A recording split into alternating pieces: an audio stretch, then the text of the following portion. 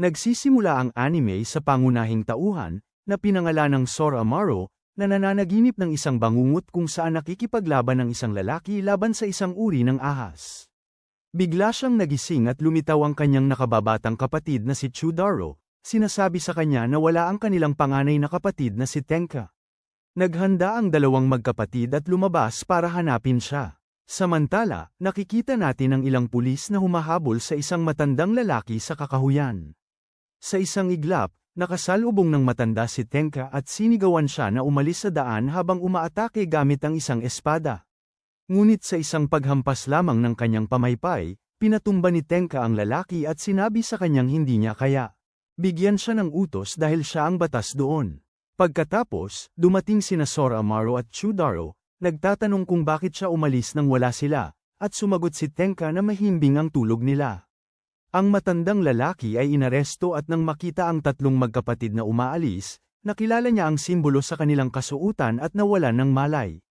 Ipinahayag noon na tayo ay nasa taong 11 ng panahon ng Meiji at ang pamahalaang Bakumatsu ay malapit ng matapos.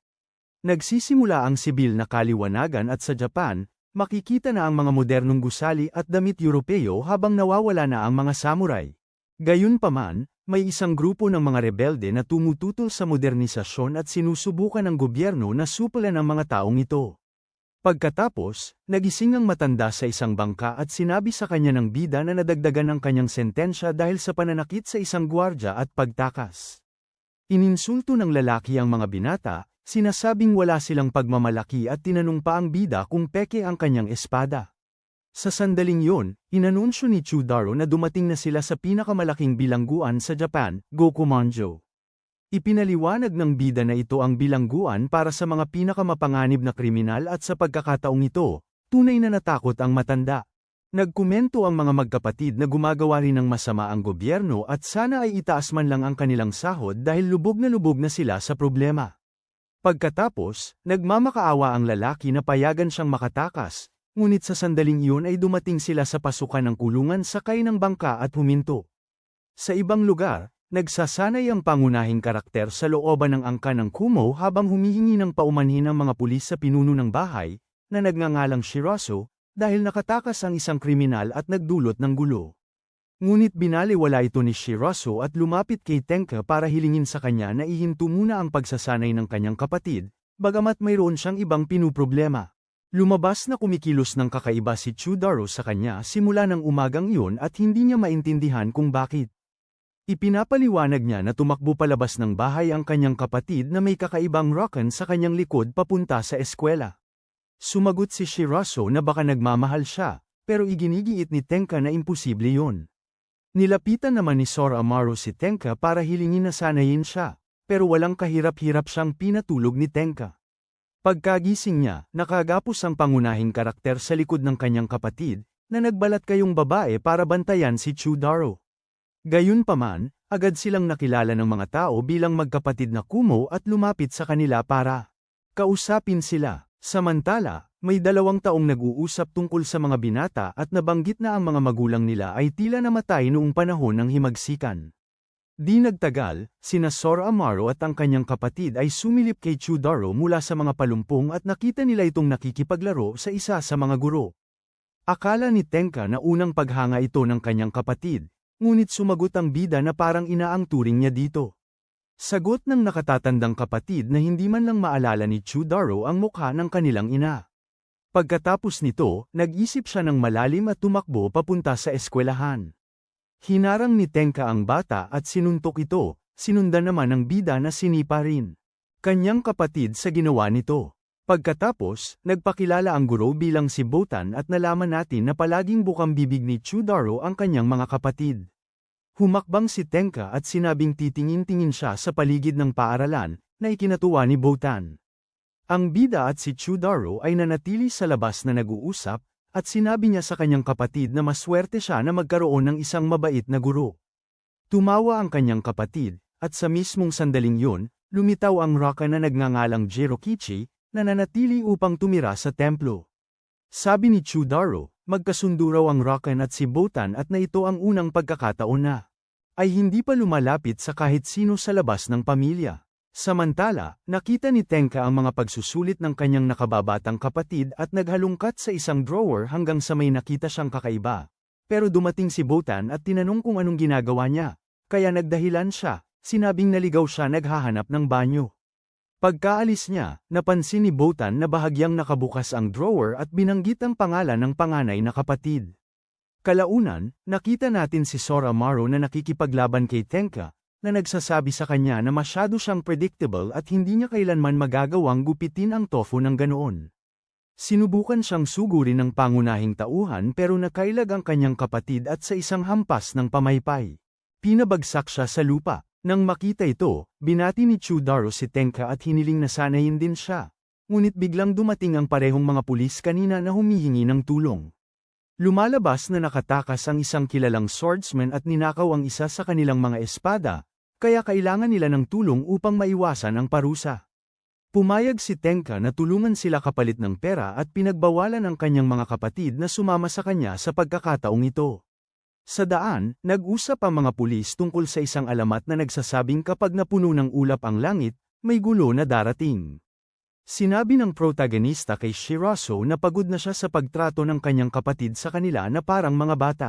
Sa kabila ng pagtitiwala sa kanya ng isang espada, at nagpas siyang pupunta sila para tulungan siya sa swordsman kaya tumakbo sina Chudaro at siya para hanapin ito.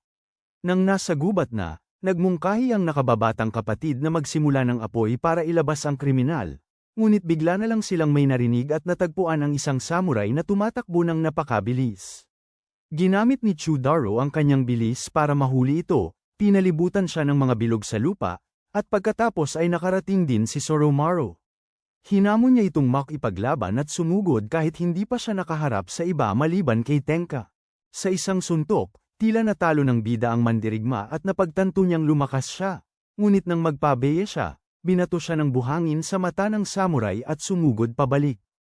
Pinagbantaan ng lalaki ang pangunahing tauhan dahil daw sunod sanyera nito sa gobyerno at sinisisi sila sa paggagala ng samurai sa mga lansangan.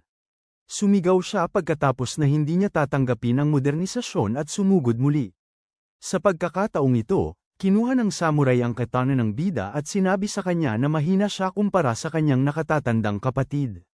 Dagdag pa niya na ibebenta niya ang katana, ngunit sumingit si Chudaro at itinabig ito pabalik sa bida. Sa sandaling yun, naaalala ng bida na ito ay isang protekta ang katana, hindi ginawa para saktan ang mga tao. Kaya sumugod siya sa lalaki, sinasabing hindi siya karapat-dapat maging isang samurai dahil ang kilala niyang samurai ay malakas, matangkad, at iginagalang. Sumugod siya tulad ng kanyang kapatid na si Tenka at pinabagsak ang lalaki, iniisip na ipagmamalaki siya ni Tenka. Ngunit nang tignan nilang mabuti, nakita nilang pinabagsak na ni Tenka ang ilang kriminal ng mag-isa, at nakaramdam ng pagkadismaya si Sora Amaro sa sarili. Biglang hinawakan ng samurai kanina si Sora Amaro sa leeg at sinakal siya. Pagkagising niya, tapos na si Tenka sa kanya. Nang makita ito, naalala ng bida ang isang bagay mula sa kanyang nakaraan at sinabi na may namatay. Nagsimula siyang manginig at nasusuka, ngunit niyakap siya ni Tenka para aliwin, sinasabing ayos lang. Pagbalik sa bahay, binuhat ni Tenka ang bida, na nagsimulang umiyak dahil sa pagkadismaya sa kanyang kahinaan at kawalan ng silbi. Ngumiti si Tenka at sinabing umiyak lang siya hanggat kailangan niya para patuloy na lumago at maging malakas. Sa huli, nakita natin na pumasok ang matandang lalaki mula sa dati sa kulungan ng Gokumanjo. Doon tinanong siya ng isang bantay kung may dala siyang anuman at sumagot siya na wala. Pagkatapos, ikinulong nila siya sa isang selda kasama ang isang taong kakaiba. Tungkol sa kulungan, sinasabi sa atin na ito ay nasa gitna ng lawa ng Biwa sa lungsod ng Otso at ang mga responsable sa pagdadala ng mga kriminal doon at pagkukulong sa kanila ay ang mga kapatid ng angka ng Kumo, kilala rin ng mga tao bilang ang tatlong magkakapatid ng ulap, kung saan si Tenka ang pinuno ng pamilya. Kalaunan, nakita natin si Sora Amaro at Chudaro na natutulog habang pinag-uusapan ni Tenka ang nangyari kay Shirazo sa ibang silid. Tinatanong niya kung naalala ba ng kapatid niya ang insidente, ngunit sumagot si Tenka na hindi pa. Pero naalala lamang niya ang nagkalat-kalat na mga imahe, siguro noong siya'y sinasakal. Pagkatapos noon, nagpatuloy ang dalawa sa pag-uusap at pag-inom hanggang sa kalaliman ng gabi. Kinabukasan, pinagalitan ng bida ang kanyang kapatid dahil sa paggastos ng pera sa alak at nakipagkita sa isang doktor na nagngangalang Ota. Pagdilat niya, naalala ng bida ang mga kamay na humihigpit sa kanyang leeg at bigla niyang sinuntok si Chudaro, na sinusubukang kilitiin siya. Pagkatapos umalis ang pangunahing tauhan, hindi pinapansin si Tenka, na lumitaw sa pasilyo, at lumabas, nagpapasalamat sa doktor sa kanyang tulong. Humingi si Tenka sa doktor ng gamot para sa kanyang hangover, habang lumapit si Chudaro sa kanya na nagmamaktol. Dahil iniisip niyang galit sa kanya ang bida. Dito, sinabi ni Tenka sa kanya na magpakita ng isang bagay na palaging nagpapasaya sa kanya para magkaayos sila. Kaya tumakbo ang nakababatang kapatid para hanapin si Soramaru. Samantala, tinanong ng doktor si Tenka kung okay lang siya pagkatapos ng lahat, at sumagot siya na mayroon pa siyang alak sa katawan niya. Ngunit pinutol ni Ota ang sinasabi niya na hindi iyon ang tinutukoy niya at tinanong kung naiintindihan ni Tenka ang sinasabi niya. Samantala, hinahabol ni Chudaro si Soramaru na may hawak na dumi, nakatusok sa isang stick habang tumatakbo ang bida palayo sa kanyang kapatid. Sa huli, sumalpok si Chudaro sa isang senadorias at nagsimulang umiyak muli, dahil naniniwala siya na mas lalo siyang kinamumuhian ng kanyang kapatid. Bumalik kay Tenka. Tinanong ng doktor kung kamusta na si Shirazo dahil 10 taon na ang nakalipas simula nang dinala niya ito sa bahay. Doon natin natuklasan na iniligtas ni Tenka si Shirazo noong sugatan ito at walang mapuntahan, kaya nanatili siya sa kanila. Nagbabala ang master sa kanya na si Shirazo ay isang nakaligtas mula sa angkan ng Fuma, isang grupo ng mga assassin, at sumagot si Tenka na alam na niya ang kanyang nakaraan, ngunit tinanong niya si Ota kung paano niya nalaman sa kung saan ang. Sinabi ng doktor na nakilala niya siya sa kanyang puting buhok at kulay ube na mga mata. Lumalabas na noon, may 3 angka ng ninja. Ang una ay ang angka ng Koga, na maawain at tapat sa kanilang mga amo, ang pangalawa ay ang angka ng Iga, na nagtatrabaho para sa pera at ginagawa lamang ang nakasaad sa kanilang kontrata, at sa huli, ang angka ng Fuma. Pinutol ni Tenka si Ota at ipinaliwanag na matagal nang natapos ang kwento ng angka ng Fuma. Ngunit sumagot ang doktor na si Shirazo ay isang ninja at anumang oras ay maaaring ilagay si Tenka sa problema, isang bagay na nakakainis kay Tenka, na humihiling sa kanya na itigil ang usapan. Sa sandaling yun, ilang pulis ang pumasok sa bahay at humingi ng tulong kay Tenka dahil may isang takas na baliw na asasin at papunta sa dambana ng Kumo.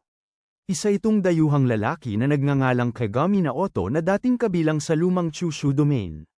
Agad na tumakbo palabas si Tenka, ngunit napigilan paglabas ng gusali ng ilang miyembro ng hukbo.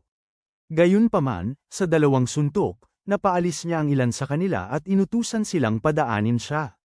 Samantala, nakita natin si Chudaro na nakaupo sa ilang hagdan, mukhang malungkot tungkol sa kanyang relasyon. Kasama si Soramaru, biglang sumulpot si Kagami at nagtanong kung isa siya sa 3 magkakapatid ng ulap. Sinabi ng kriminal sa bata na kailangan niyang pumunta sa Gokumanjo para ayusin ang ilang bagay at humingi ng tulong para makarating doon, pero tumanggi ito dahil kailangan muna niyang ipaalam kay Tenka at magpaalam. Dahil sa pagtanggi ni Chudaro, niloko siya ng kriminal na gusto niyang ayusin ang relasyon niya sa mga kapatid niya at kung tutulungan siya nito, mapapatunayan niya sa pamilya niya na may silbi siya. Kaya pumayag si Chudaro na samahan siya para sorpresahin sila. Habang aakyat na silang dalawa sa hagdan, sumulpot ang bida at sinigawan ng kapatid niya na hanapin ang Shirazo. Dahil dito, umiyak si Chudaro sa sobrang higpit ng treto sa kanya at tumakas siya. Kinutya ni Kagami ang bida dahil napaiyak niya ang kapatid niya, pero hindi niya ito pinansin at sinabing alam niyang hindi siya taga rito at nakita niya sa daan ang 3 pulis na pinatay at amoy dugo si Kagami. Tinanong ng assassin kung siya ba ang panganay o gitnang kapatid at nagpanggap ang bida na si Tenka, kaya inatake siya ng kriminal. Samantala, pinigil hawak ng mga sundalo ang totoong Tenka sa pangunguna ng isang lalaking nagngangalang Tekida. Hindi pinansin ng mga banta, nagpatuloy si Tenka at sinabi sa pinuno na may mas mahalaga siyang dapat gawin, kung saan tinanong ni Tekida kung tatakbuhan din niya ang nakaraan at kung alam ba ng kanyang mga kapatid ang tungkol kay Orochi. Bilang tugon, humarap si Tenka at sinuntok ang sundalo, na iniwan itong nakahandusay. Pagkatapos ay tinanong ng sundalo kung bakit niya iniwan ang pangkat at naglakad palayo si Tenka, sumasagot na abala siya sa pagtulong sa mga malapit sa kanya. Bumalik sa pangunahing tauhan, Nakikipaglaban siya kay Kagami at halos hindi makapagtanggol dahil kaya ni Kagami putulin ang mga puno sa isang sulyap, gamit ang isang uri ng patulis na espada na gawa sa matatalim na talam, na kanyang winawasiwas na parang latigo. Sinasabi sa atin na si Kagami ay isang mangingisdang kayang gumamit ng parehong kamay ng mahusay at may malakas na braso sa kabila ng kanyang kapayatan. Kabilang siya sa paaralan ng panahon at tagahanga ng imperyalismo at pagpapalayas ng mga dayuhan, ngunit lumayo siya sa kanyang mga kasama dahil sa kanyang labis na radikal na mga aksyon at pagpatay. Kalaunan ay tumakas siya mula sa Kyushu at nagpas siyang harapin ng bagong gobyerno dahil tutol siya rito. Ngayon ay nag-iiwan siya ng kamatayan saan man siya magpunta gamit ang isang kakaibang katana na tinatawag na Dokho Meki, na nangangahulugang 100-eyed shark, pitang na may 100 mata. Ito ang katapusan ng ulat mula sa mga pinuno ng hukbo na nagtitipon at tinatalakay ang sitwasyon at naghahanap ng planong sinusubukan ni Soromaru na takasan si Kagami, ngunit nasugatan ni Kagami ang kanyang mukha at hindi siya makagalaw. Pagkatapos, tinanong ni Kagami kung hinahanap niya ang sisidlan ng Orochi, ngunit walang ideya ang bida kung ano ang ibig sabihin nito, at napagtanto na inilalayo siya ng kanyang kapatid sa ilang bagay, na labis niyang ikinalungkot. Handa na si Kagami na magbigay ng isang nakamamatay na suntok nang pigilan siya ng isang sandata na hawak ni Shirasu. Nagulat ito sa kriminal, na napagtanto na ang kalaban ay isang ninja at nagsimulang makipaglaban sa kanya. Hirap ang bida na sundan ang kanilang mga galaw habang sila ay umaatake, at sa sandaling yun, tila nagulat si Chutaro sa lakas ni Shirasu. Sa isang iglap, tinangkang atakihin ni Kagami ang dalawang magkapatid, ngunit hinarang siya ng ninja at nagtamo ito ng sugat sa mukha. Pagkatapos ay sinabi niya na para sa kanya, walang halaga ang mga fuma, dahil hindi sila naglilingkod sa kanilang mga amo o sa pera, kundi sa isang layunin lamang. Habang sinasabi ito, pinabagsak niya si Kagami sa lupa, tumigil ng kaunti. Lumapit sina Soromaru at Chutaro kay Shirasu na nag-aalala tungkol sa kanyang mga sugat, ngunit sumagot siya na wala lang yon. Pagkatapos, tumayo si Kagami at inihagis ang mga talam ng kanyang katana na parang mga bala kay Shirasu. Subalit, sumulpot si Tenka at nagawang pigilan ang lahat bago pa man makarating sa kanya, kaya naman sinabi ni Shirasu na medyo nahuli si Tenka. Tinuya ni Kagami si Tenka, sinasabing sayang lang at alagad siya ng gobyerno, habang sumagot naman si Tenka na siguradong maraming galit na naipon si Kagami kaya siya nagkakaganoon.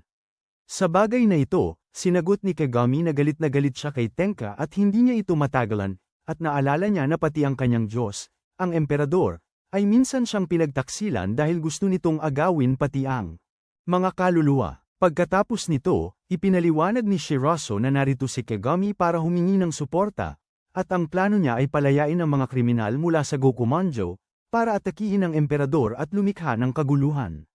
Kinumpirma ni Kagami ang sinasabi ng ninja at tinangkang patayin si Tenka para makaganti. Ngunit, natalo siya ni Tenka sa loob lamang ng ilang segundo at iniwan siyang dumudugo sa lupa. Nagbanta si Kagami kay Tenka na babalik siya at sisirain ang pinakamamahal nito kung hindi siya papatayin ngayon, ngunit sumagot si Tenka na wala siyang lakas para protektahan ang kanyang bansa o lahat ng pinaglaban niya. Nagngingit-ngit ito kay Kagami, na tumayo habang nakatalikod si Tenka at bigla siyang sinugod. Bigla, napigilan ang kanyang katana ng mga lubid at nakita natin na dumating na ang hukbo. Dito natin makikilala si Commander Sosei, na bahagi ng pangkat na direktang inutusan ng gobyerno, na tinatawag na Yamaino. Humingi sila ng paumanhin para sa mga ginawa ni Takeda at ipinaalam sa kanila na aalagaan nila si Kagami. Nang tangkaing tumakas ni Kagami, pinalo siya ni Sosei gamit ang kaluban ng kanyang katana at agad siyang dinakip. Pagkatapos, sinabi ni Tenka sa kanya na huwag siyang maging masyadong malamig sa kanya pagkatapos ng matagal na hindi pagkikita. Isa't isa, ngunit ipinagtatanggol ni Sosei ang kanyang sarili na nagsasabing wala siyang kinalaman sa mga traidor na tulad niya. Umaalis ang squad at ang tatlong magkakapatid kasama si Shirasu ay umuuwi rin, habang hindi maiwasan ng bida na pagmasdan sila. Kalaunan, nalaman natin na balak ng gobyerno na magtulungan sina Sosei at ang kanyang grupo kay Tenka upang mabawi ang sisidlan ng Orochi. Sa kabilang banda, nakipagkita rin ang guro na si Botan kay Tenka at ipinaliwanag na kailangan din nilang habulin ang sisidlan bago bumalik si Orochi. Gayunpaman, ang plano ng gobyerno ay sirain ito, habang ang plano ni Tenka ay protektahan ito sa anumang paraan. Sinabi ni Tenka sa guro na dapat nilang habulin si Orochi sa halip na ang taong nagtataglay ng sisidlan, dahil ayaw niyang pumatay. Palihim namang nakikinig si Soromaru sa likod ng pinto sa kanilang usapan at naalala ang sinabi ni Kagami sa kanya tungkol sa kanyang kapatid at kay Orochi. Bigla niyang binuksan ang pinto at nagtanong kung sino ang lalaking yon, pero sinabi ni Tenka na isa siyang kapitbahay at nagtangkang umalis. Pinigilan siya ng bida at seryosong hiniling na huwag siyang iwan, pero ang natanggap lang niya ay ang pagtatangkang magbiro ni Tenka gaya ng dati. Dahil sa kawalan ng tiwala ng kanyang kapatid, humakbang pasulong ang bida at sinabing siya ay, para maging mas malakas, kailangan lang niyang maghintay ng kaunti. Maya-maya, nakikita natin ang pangunahing tauhan na walang tigil na nagsasanay sa patio muli habang sinusubukang huwag madaliin ang kanyang mga atake. Nagpakita si Shirazo at sinabi sa kanya na magpahinga dahil kung hindi, malapit na siyang sumapit sa kanyang limitasyon. Ngunit hindi niya pinakinggan ang payo dahil naniniwala siyang siya lamang ang hindi gumagaling at kailangan niyang pagbutihin para maging katulad ng kanyang kapatid. Sa gabi, tumakas si Tenka mula sa isang eleganteng pagdiriwang na kanyang dinaluhan bilang pinuno ng pamilya Kumo at nakatagpo ang isang dating kakilala na nagngangalang Kiko, na nakasuot ng isang marangyang kasuotang Europeo. Sinasabi niya sa kanya na siya ay nagbabantay at sa sandaling yun, dumating ang ministro ng kanan, na nagngangalang Iwakura, kasama ang kanyang mga bantay. Nagbatian sila at sumagot ang ministro na matagal na rin mula nang huli silang magmula nang umalis si Tenka sa kanyang grupo. Sa ibang lugar, pinag-uusapan ng mga Yamano ang isang usap-usapan na kumakalat sa mga preso ng Gokumonjo, na nagsasabing sa pagpasok sa kulungan, kailangan mong magdala ng isang bagay na hinihiling daw ng isang preso. Sumagot si Sous na isa lamang itong usap-usapan at walang ginagawa ang mga pulis, kaya hindi rin sila kikilos. Ngunit nag-alok si Takeda na siyasatin ang Gokumonjo, bagamat tinanggihan ni Sous ang kanyang hiling. Bigla, nagmungkahi ang isa pang miyembro na gamitin si Tenka dahil siya ang pinakamalapit sa Gokumonjo at makakapasok doon nang hindi kapansin-pansin. Ngunit inulit ni Sous na hindi siya makikipagtulungan sa isang traidor na katulad niya. Sa sandaling yun, nakarinig sila ng ingay sa labas at bumukas ang pinto, at nakita nila ang pangunahing tauhan, na lumuhad sa harap ni Sous at hiniling na turuan siya ng pamamaraan ng espada. Sa kabilang banda, nakikipag-usap si Tenka sa ministro na nagsabi sa kanya na mayroon siyang mga dapat ayusin sa gobernador ng Kyoto dahil gusto nilang pagdugtungin ang mga daluyan ng tubig sa pamamagitan ng lawa ng Biwa bilang bahagi ng isang proyekto. Para mapabuti ang Kyoto, naiintindihan ni Tenka na kaya siya inimbita sa party at pagkatapos iminungkahi ng ministro na bumalik siya sa kanyang squad. Gayunpaman, sumagot siya na ayaw niyang maging sunod Sanyeran kay Yameno at tinanggihan ang alok.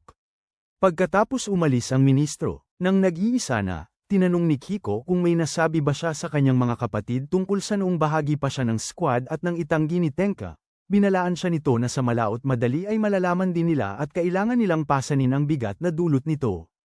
Samantala, pinalayas ni Sou si Soromaru at sinabi sa kanya na wala siyang maya-alok kapalit ng pagsasanay. Gusto niyang maging tagasunod o gawin ng anumang ibang gawain pero hindi ito gumagana, at iniiwan siya doon ng commander.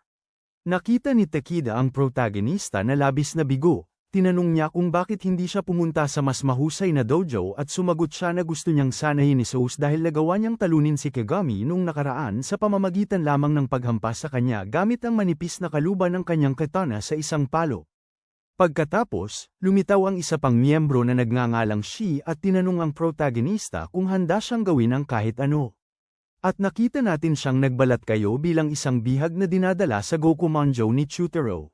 Habang nasa biyahe sa bangka, pinakiusapan niya ang kanyang nakababatang kapatid na huwag sabihin kay Tenka ang tungkol sa misyon. Ang trabaho niya ay ang pumasok ng palihim at alamin kung ano itong kinukolekta nila sa kulungan at kung sino ang nag-uutos nito. Pagbalik sa bahay, binisita ni Tenka ang doktor na nagsabi sa kanya na lumala ang resulta, kahit hindi natin alam kung ano ang tinutukoy niya. Sumagot si Tenka na maayos ang kanyang pakiramdam at umalis, ngunit ilang sandali pagkatapos, nakita natin na hindi maganda ang kanyang itsura. Pagkatapos ay nakipagkita siya kay Shirazo at Chutaro, at tinanong ni Shirazo kung kasama niya ang pangunahing karakter. Itinanggi ito ni Tenka at tinanong nila si Chutaro, na kinakabahang sinabi na hindi niya alam kung nasaan siya. Si Tenka ay nagpasyang hanapin siya at tumakbo ang nakababatang kapatid para sundan siya. Samantala, nakarinig si Shirazo ng kakaibang huni ng ibon sa malayo. Bigla nating nakita ang tagapag-alaga ng pamilya na nahuli si Botan at tinatanong kung anong ginagawa niya doon. Gayunpaman, sinabi niya sa kanya na tapat siya sa magkapatid at ipinangako niya kay Tenka ang kanyang katapatan. Hindi ito nakakumbinsi kay Shirazo na pinagsabihan siya dahil hindi siya amoy tao at hindi pa rin siya pinagkakatiwalaan. Dito, sumagot si Botan na hindi rin siya nagtitiwala sa miyembro ng Fuma, na naghahanap lamang na tuparin ang kanilang layunin kahit nakapalit pa nito ang kanilang buhay. Binitiwan niya siya saglit at sinabi na hindi niya kailangang magtiwala sa kanya kahit na hindi na siya kabilang sa angka na yon. Ngunit bilang babala, naghagis siya ng talam sa kanya at sinabi na lalabanan niya siya kung susubukan niyang saktan ang mga kapatid ng ulap. Nagulat siya na masyado siyang nagmamalasakit sa pamilya at ipinaliwanag ni Shirazo na tinuruan siyang huwag magtiwala sa kahit sino hanggang sa natagpuan siya ng mga kapatid na sugatan sa nyebe at inalagaan siya dahil napakabuti nilang tao na nagtitiwala sa iba. Kaya siya na ang bahala sa pagdududa sa lahat para sa kanila. Pagkatapos, napangiti si Botan na relieved at umalis. Samantala, dumating ang bida sa piitan na nakaposas at ipinaliwanag ng mga gwardya na ang mga preso. Walang karapatang pantao doon, hindi sila makakausap sa mga bantay at walang pagkakataong makalabas dahil impyerno ang lugar na iyon. Natatakot siya pagdating niya sa isang malaking silid kung saan walang tigil na nagtatrabaho ang mga bilanggo sa mga gawaing pisikal. Sa tabi niya, bumagsak ang isang matandang lalaki habang may bitbit na bigat at nag-aalala si Soromaru sa kalagayan nito. Paglingon niya, napagtanto niyang siya ang matandang lalaking inaresto nila kanina. Nakita ng lalaki na bagong bilanggo siya at tinanong kung dala niya ang isang bagay para sa amo, ngunit nang tanungin ng pangunahing tauhan kung sino ang amo at kung ang ibig niyang sabihin ay ang isang bagay mula sa mga usap-usapan, ilang gwardya ang umapal at inalis ang matanda. Pagkatapos, isang babaeng gwardya na maikli ang buhok at kulay rosas ang nagsabi sa bida na sumunod sa kanya sa ibang lugar. Habang naglalakad sila sa isang pasilyo, tinanong niya kung ano ang kanyang kasalanan at nagpanggap siyang may amnesia. Sumagot siya na nakagawa siya ng 3 armadong pagnanakaw at ang lugar na ito ay para lamang sa mga kriminal na may bahid ng dugo. Pero nag-alala siya tungkol sa matanda pagdating niya at wala siyang naamoy na dugo sa kanya. Sa sandaling yun, lumitaw si Kagami, nakalampas na sa silid parusa, at ang gwardya.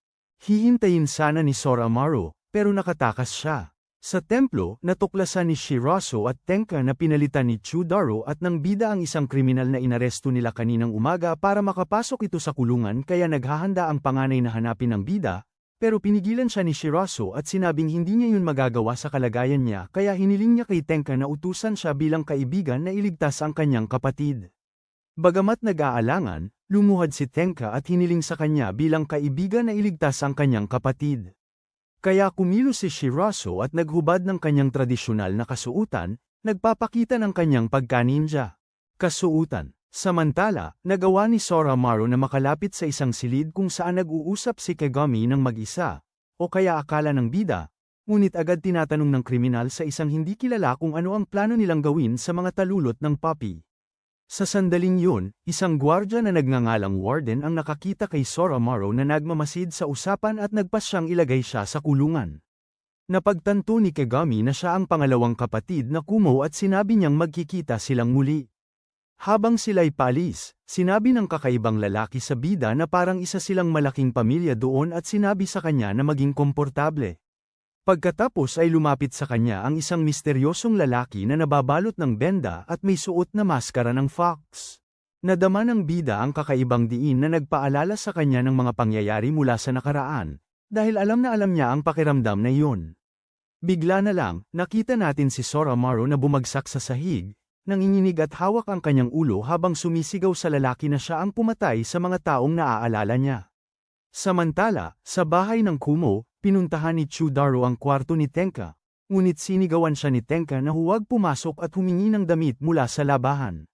Sa loob, nakikita natin ang kapatid na nagdurusa ng matinding sakit, tila nag-iiba ang kulay ng kanyang katawan, at ikinalulungkot niya na siya ang may iwan, habang ang bida ay patuloy na makakakuha ng palakas ng palakas. Pagkatapos, nakikita natin na parang may lumalabas na madilim mula sa katawan ni Tenka.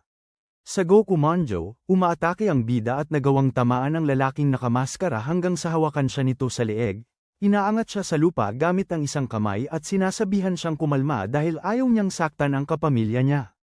Habang sinasabi niya ito, naalala ng pangunahing tauhan ang nangyari noong bata pa siya, at nakikita natin ang lalaking nakamaskara na pumipigil sa kanya. Puno ng dugo ang lahat at sinasabi ng kriminal sa bida na hindi ang kanyang ina kailangang mamatay. Ngunit bago pa man siya tuluyang tapusin, sumigaw si Sora Amaro para sa kanyang kapatid na si Tenka, na lumitaw sa huling segundo sa kanyang alaala upang iligtas siya. Tiningnan ng bida si Chudaro, na noong sandaling yun ay isang sanggol na umiiyak ng hindi mapigilan, ngunit ayos lang. Pagkatapos ay hinarap ni Tenka ang pumatay sa kanilang mga magulang, ngunit sinubukan ding umatake ni Sora Amaro, at kinailangan siyang protektahan ng kanyang nakatatandang kapatid sa pamamagitan ng pagtalon kasama siya papalayo sa abot ng mga taga ng lalaki. Gayunpaman, nang mapagtanto ito ng bida, ang kanyang kapatid ay may malaking sugat sa kanyang likod at nabalot ng sariling dugo ang kanyang mga kamay habang hawak niya ito. Pilit siyang pinapakalma ni Tenka at pinapatingin sa kanya dahil nakangiti pa rin siya. Sa kabila ng lahat, walang dapat ikatakot dahil magkasama sila. Pagkatapos, lumabas ng bahay ang pumatay at hiniling ni Tenka sa bida na patuloy nang umiti para sa kanya.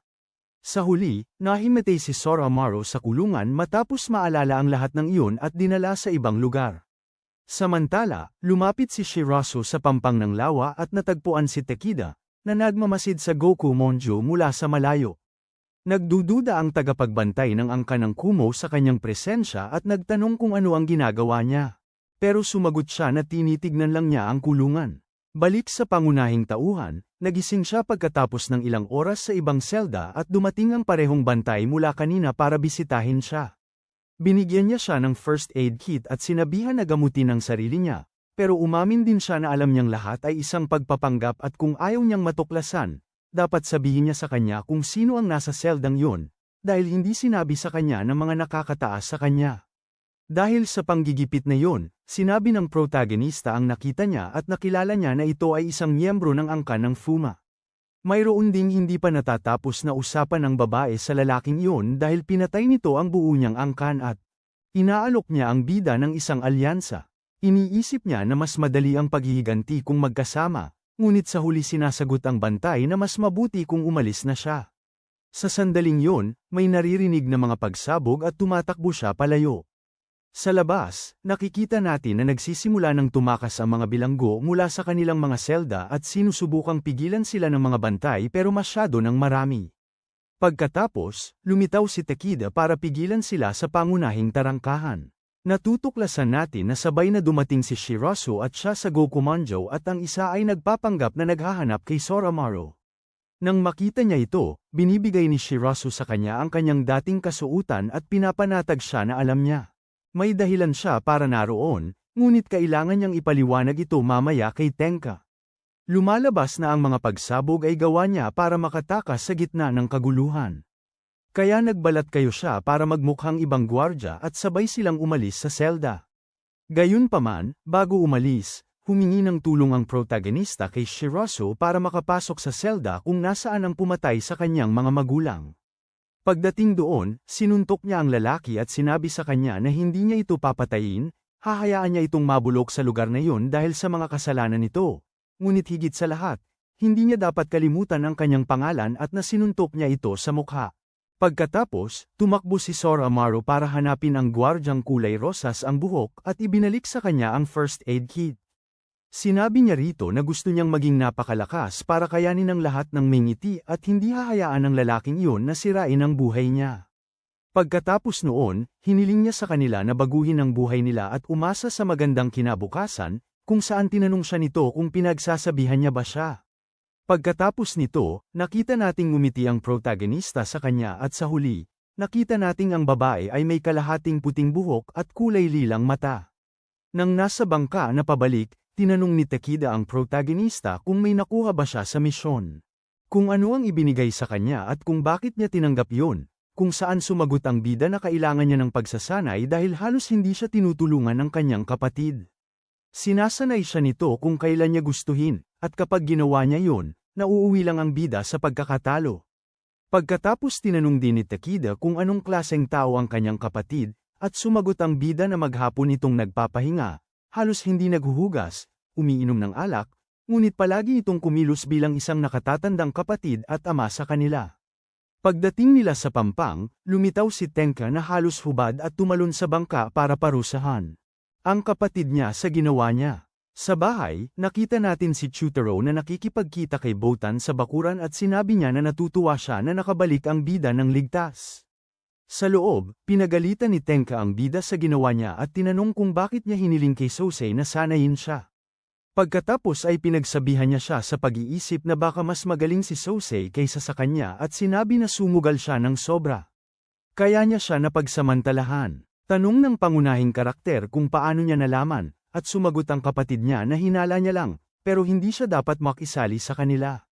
Humingi siya ng paumanhin sa pagkilos ng mag-isa, at patuloy siyang pinapagalitan ni Tenka sa pagpapakilos ng sobra. Maraming tao para tulungan siya.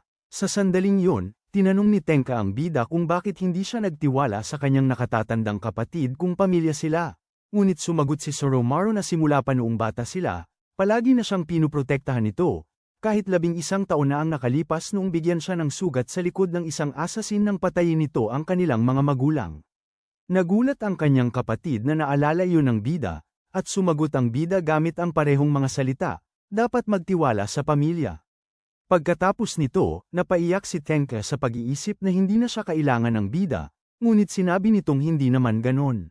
Samantala sa labas, nag-uusap sina Chutaro at Botan hanggang dumating si Shirazo at pinakiusapan ang nakababatang kapatid na pumasok sa loob para payapain ng kaunti ang iba pang mga kapatid. Nang silang dalawa na lang, hiniling ni Shirazo kay Botan na huwag makialam sa landas ni Tenka kahit na marami siyang alam tungkol kay Orochi. Nagulat ang guro na nagmamalasakit si Afuma sa iba bukod sa kanyang angkan, at pagkatapos ay malalaman natin ang bahagi ng kwento ng angkan ni Shirazo, na humihina na ng may isang batang lalaki na pumatay sa kanilang lahat. Sa isang gabi, pinatay ng batang yon ang buong angkan, at si Shirazo ay nakaranas ng diskriminasyon dahil sa kanyang buhok at mga mata saan man siya magpunta. Hindi man lang niya magawang ipaghiganti ang pumatay sa kanyang angkan dahil iniwan siya nitong halos patay na sa nyebe. Doon, natagpuan siya ng magkapatid na Kumo at Sinagip, at mula noon, isa na siya sa kanilang pamilya at utang niya ang buhay niya sa kanila. Nang gabing yon, hiniling ni Tenka sa lahat na magtabi-tabi matulog tulad noong bata pa sila, at kahit noong unay tumanggi ang bida, sa huli tinanggap din nila siyang muli sa kanilang tahanan at nagtabi-tabi muling natulog. Habang natutulog ang magkakapatid, lumabas si Shirazo para pakainin si Jirokichi, bagamat umungol ito sa kanya. May narinig ang ninja at nagtanong kung sino yun, at lumitaw ang babaeng kulay rosas ang buhok mula sa Gokumanjo. Pagdating niya sa Shirazo, tinanggal niya ang peluka na suot niya bilang pagbabalat kayo, at nakilala siya nito bilang miyembro ng angkan ng Fuma. Lumuhad siya at sinabing matagal na niya itong hinahanap, ang ika-10 pinuno ng Fuma, si Kotaro.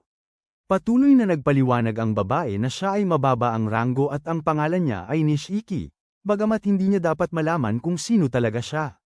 Sumagot si Shirazo na hindi Kotaro ang pangalan niya at tinangkang bumalik sa bahay.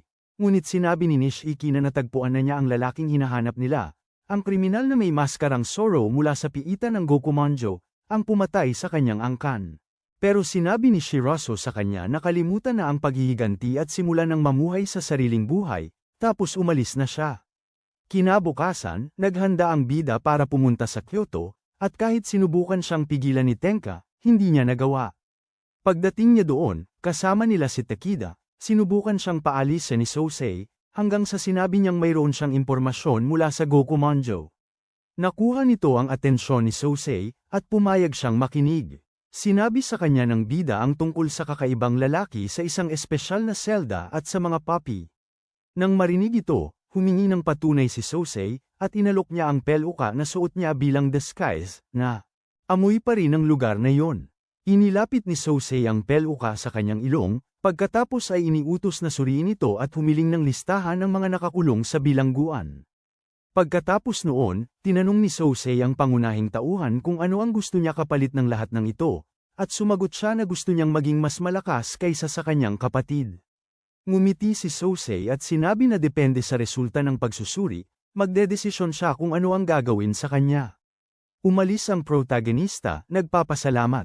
Pagkaalis niya, tinanong ni Kiko si Sosei kung balak ba nitong isali siya sa Yameinu, ngunit inamin ni Sosei na plano lang niya itong gamitin bilang kasangkapan, kung saan idinagdag ni Sher na magagamit niya ito para hanapin ang sisidlan ni Orochi. Maya-maya, tinanong ni Kiko si Sosei kung plano niyang maghayganti kay Tenka sa pamamagitan ng kanyang kapatid. Binabalaan siya na sa malaot madali ay kailangan niyang alalahanin ang araw na nawala ang kanyang kaibigan, ang kanyang guro, at ang kanyang pangarap. Samantala, sa bahay ng mga Kumo, ang tatlong magkakapatid ay naghapunan ng magkasama, bagamat may sakit si Tenka dahil sa paglabas sa ulan na halos hubad. Tinanong ng panganay si Soromaru kung gusto niya ang kanilang bansa at iminungkahi na lumabas siya at makita ang Hapon, dahil nagbabago ang mga tao at ang kapaligiran ngayon na natapos na ang paghihiwalay, tulad ng ang mga tao ay lumalaki at nagbabago sa pamamagitan ng mga bagong karanasan. Dagdag pa ni Tenka na naroon siya habang sila'y lumalaki at nagbabago, at maaasahan nila siya palagi. Ang pangunahing karakter, nahihiya, ay nagsabi na inaasahan na niya ito bago pa man niya sabihin yon, kaya sinabi niya dito na kumain na lang at tumahimik. Maya-maya, habang naliligo, iniisip ni Soromaru kung tama ba ang ginagawa niya na makipag-usap kay Sosei bukas. Ngunit bigla niyang naalala ang nakakatakot na pangyayari na gawa ng lalaking may maskarang fox at nagsimula siyang manginig at maghabol ng hininga. Naiisip niya na may mga kamay na lumalabas sa pader para hawakan siya at nagsimula siyang magpumiglas at sumigaw. Nasa banyo, sinusubukang sabihin sa sarili na kumalma at tuluyang malampasan ito. Nang magkita sila ni Sosei, sinabi sa kanya na tama ang kanyang impormasyon at magsisimula na sila ng pagsasanay sa susunod na malayang araw. Doon, nagtanong ang pangunahing karakter tungkol sa relasyon nila ng kanyang kapatid, pero tumangging sumagot si Sosei. Kaya sinabi ni Kiko sa kanya na ang dating commander ng Yameinu ay ang kanyang kapatid na si Tenka, at ipinaliwanag na noong mga bata pa sila, sinabi ni Tenka sa kanila ang kanyang pangarap na protektahan ang Japan kahit na sila ay mga pyon lamang. Ito ay para talunin si Orochi, ang ahas na sinasabing muling isis silang doon kada 300 taon.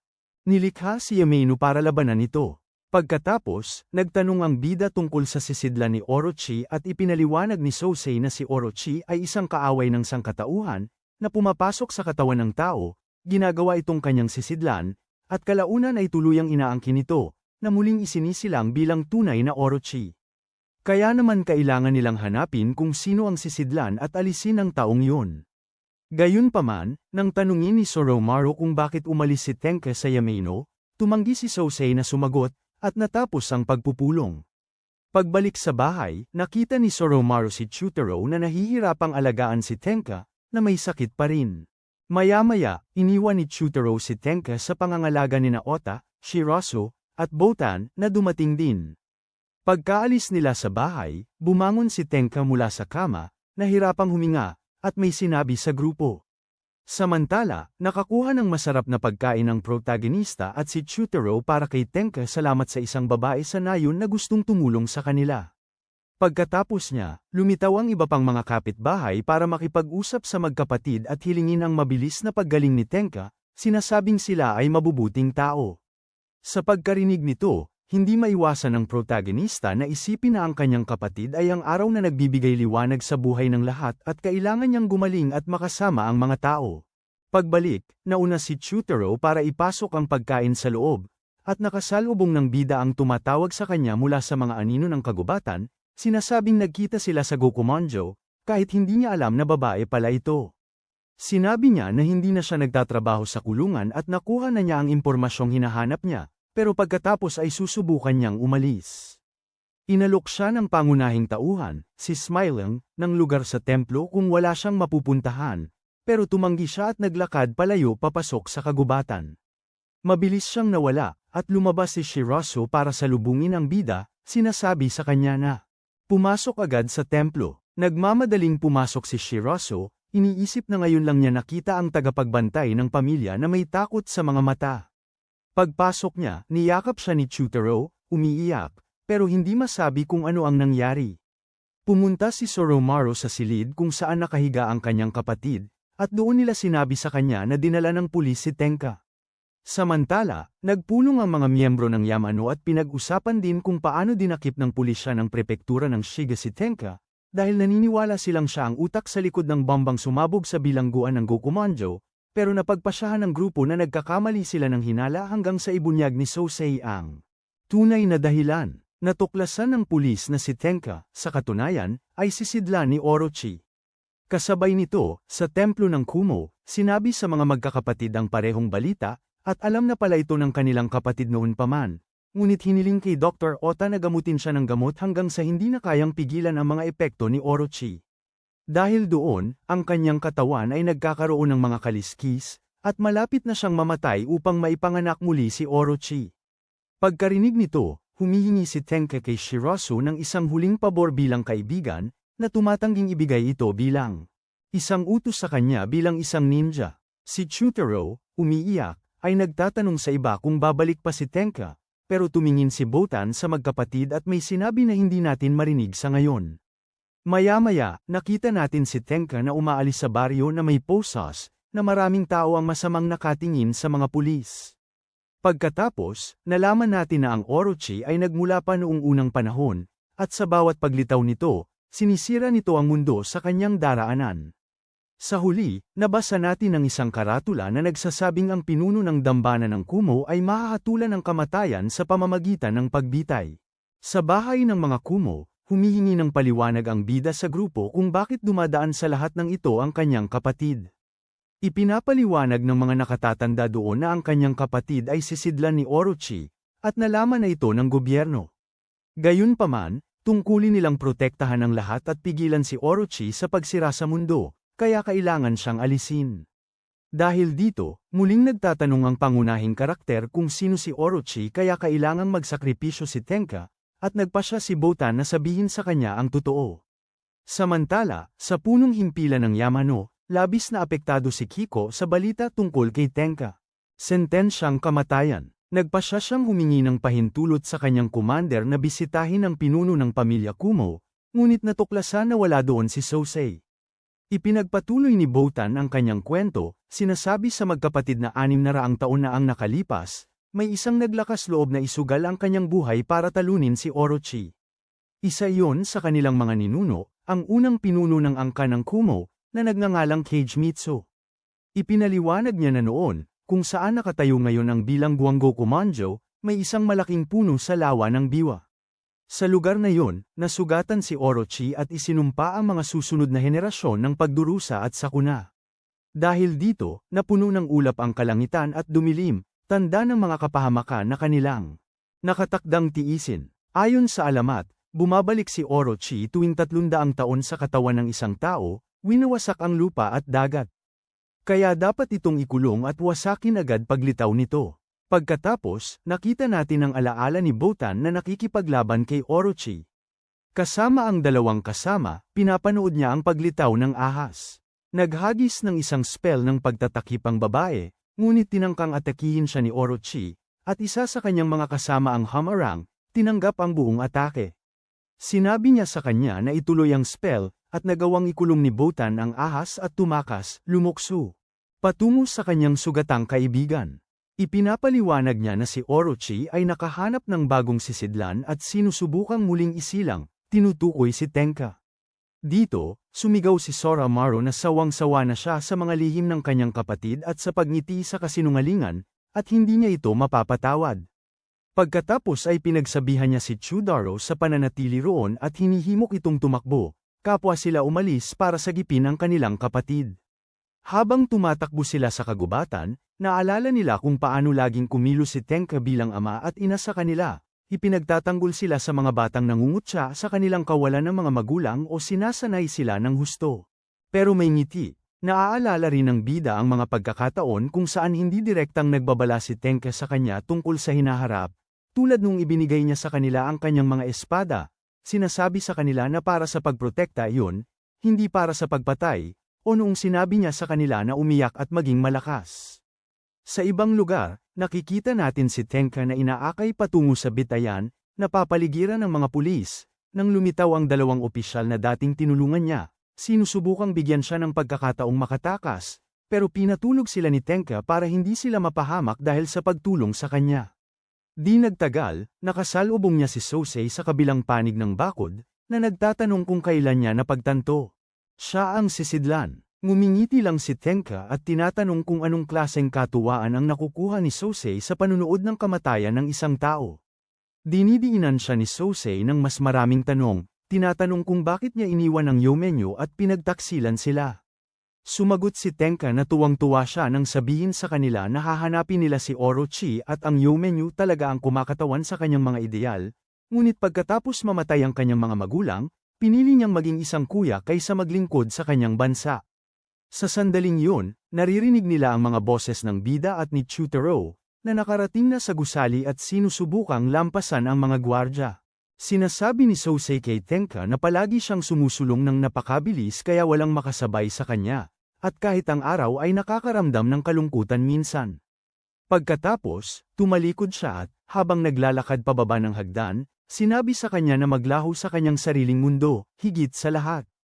Samantala, hinarap ng magkapatid ang mga pulis, na unang minamaliit sila dahil mga bata pa lamang, ngunit ang matalim na tingin at mga pananakot ng bida ay nagsimulang magpaalala sa isang pulis. Tinawag sila ni Tenka mula sa tuktok ng hagdan at binaliwala nila ang mga pulis, tumakbo palapit sa kanya. Gayunpaman, lumayo si Tenka sa bakod na naghihiwalay sa kanila, naghahanda na harapin ang kanyang kapalaran. Sumasalpok ang mga kapatid sa rehas, sumisigaw at nakikiusap na manatili siya sa kanila. Mabilis na dumating ang mga pulis para pigilan sila, at ipinahayag ng mga kapatid na Kumo na kung mamatay ang kanilang nakatatandang kapatid, mamamatay rin sila. Bigla, walang kahirap-hirap na pinutol ni Tenka ang kanyang mga tanikala, niyakap sila sa pamamagitan ng bakod, at sinabihan silang huwag na huwag sabihin ang ganoong bagay, kahit na biro lamang. Kailangan nilang mabuhay ng mahaba at mabuhay rin para sa kanya.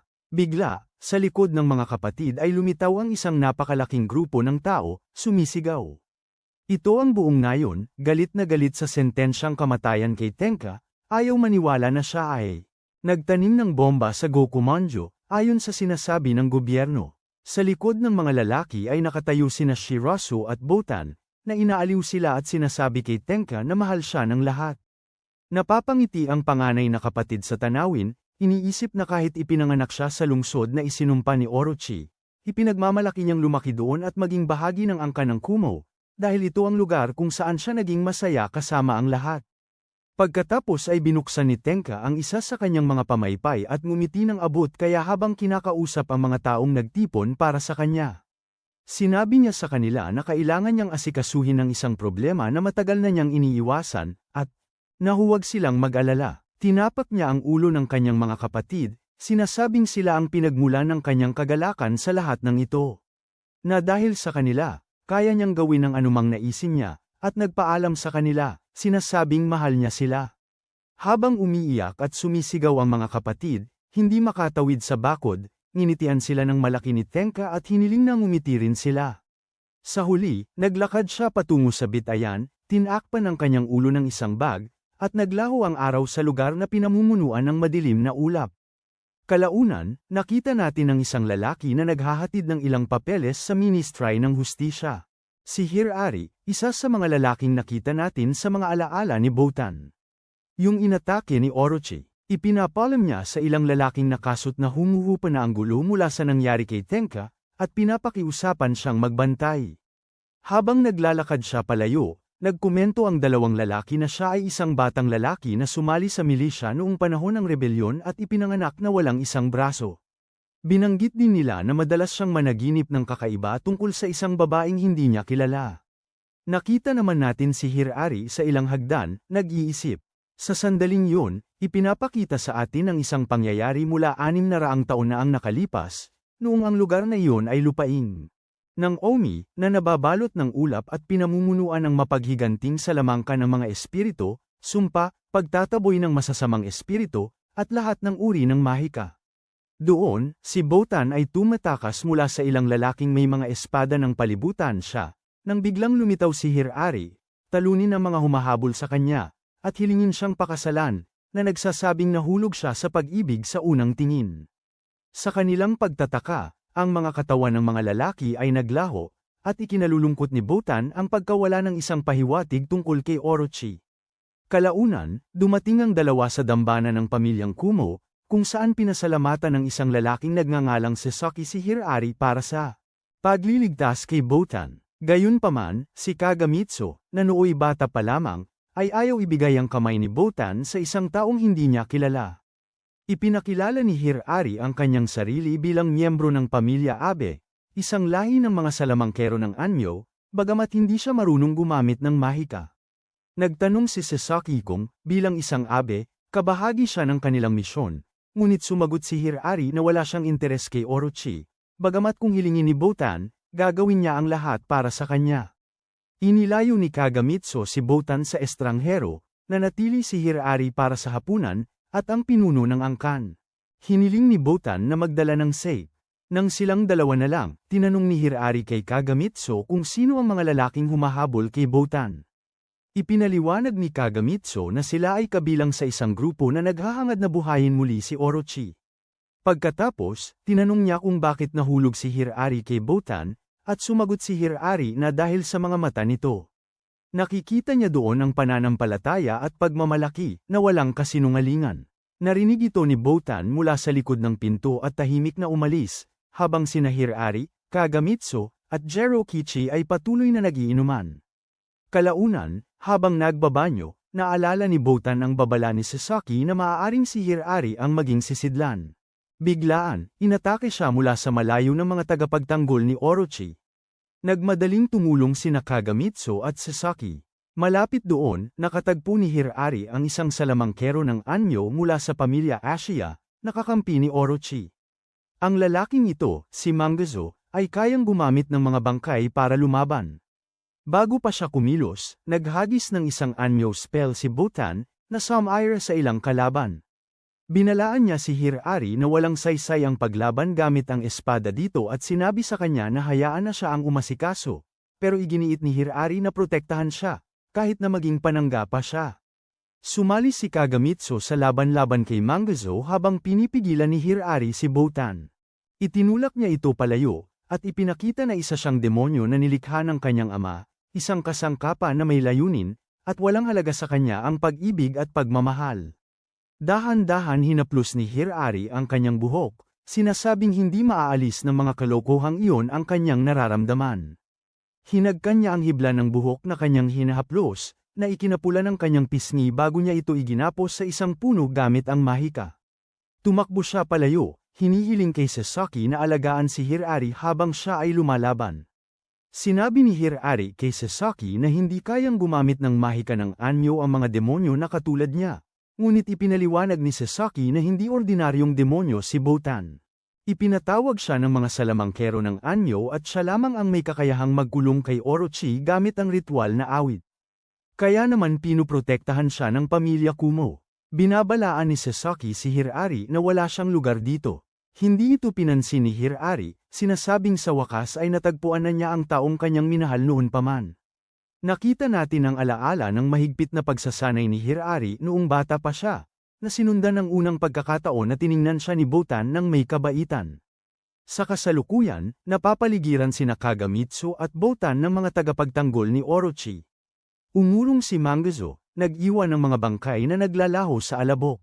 Pinalaya ni Botan si Hirari, na dali-daling yamakap sa kanya dahil sa ginhawa. Naiinis si Kagamitsu, ngunit sinabi ni Sasaki na hayaan na lang sila. Ang pag-ibig sa isang tulad ni Botan ay panandalian lamang, ngunit ang gayong pag-ibig ay maaaring magpabaliw sa tao. Pagkatapos, tinitingnan ni Hirari at Botan ang maulap na lupain ng Omi. Hiling niya na makita itong maaraw bago siya mamatay. Sinabi ni Hirari na kapag siya'y namatay, mamamatay din siya, dahil wala na siyang gaanong oras. Umapal si Kagamitsu, nagtatanong kung pinaghihinalaan nila siya na maging sisidlan.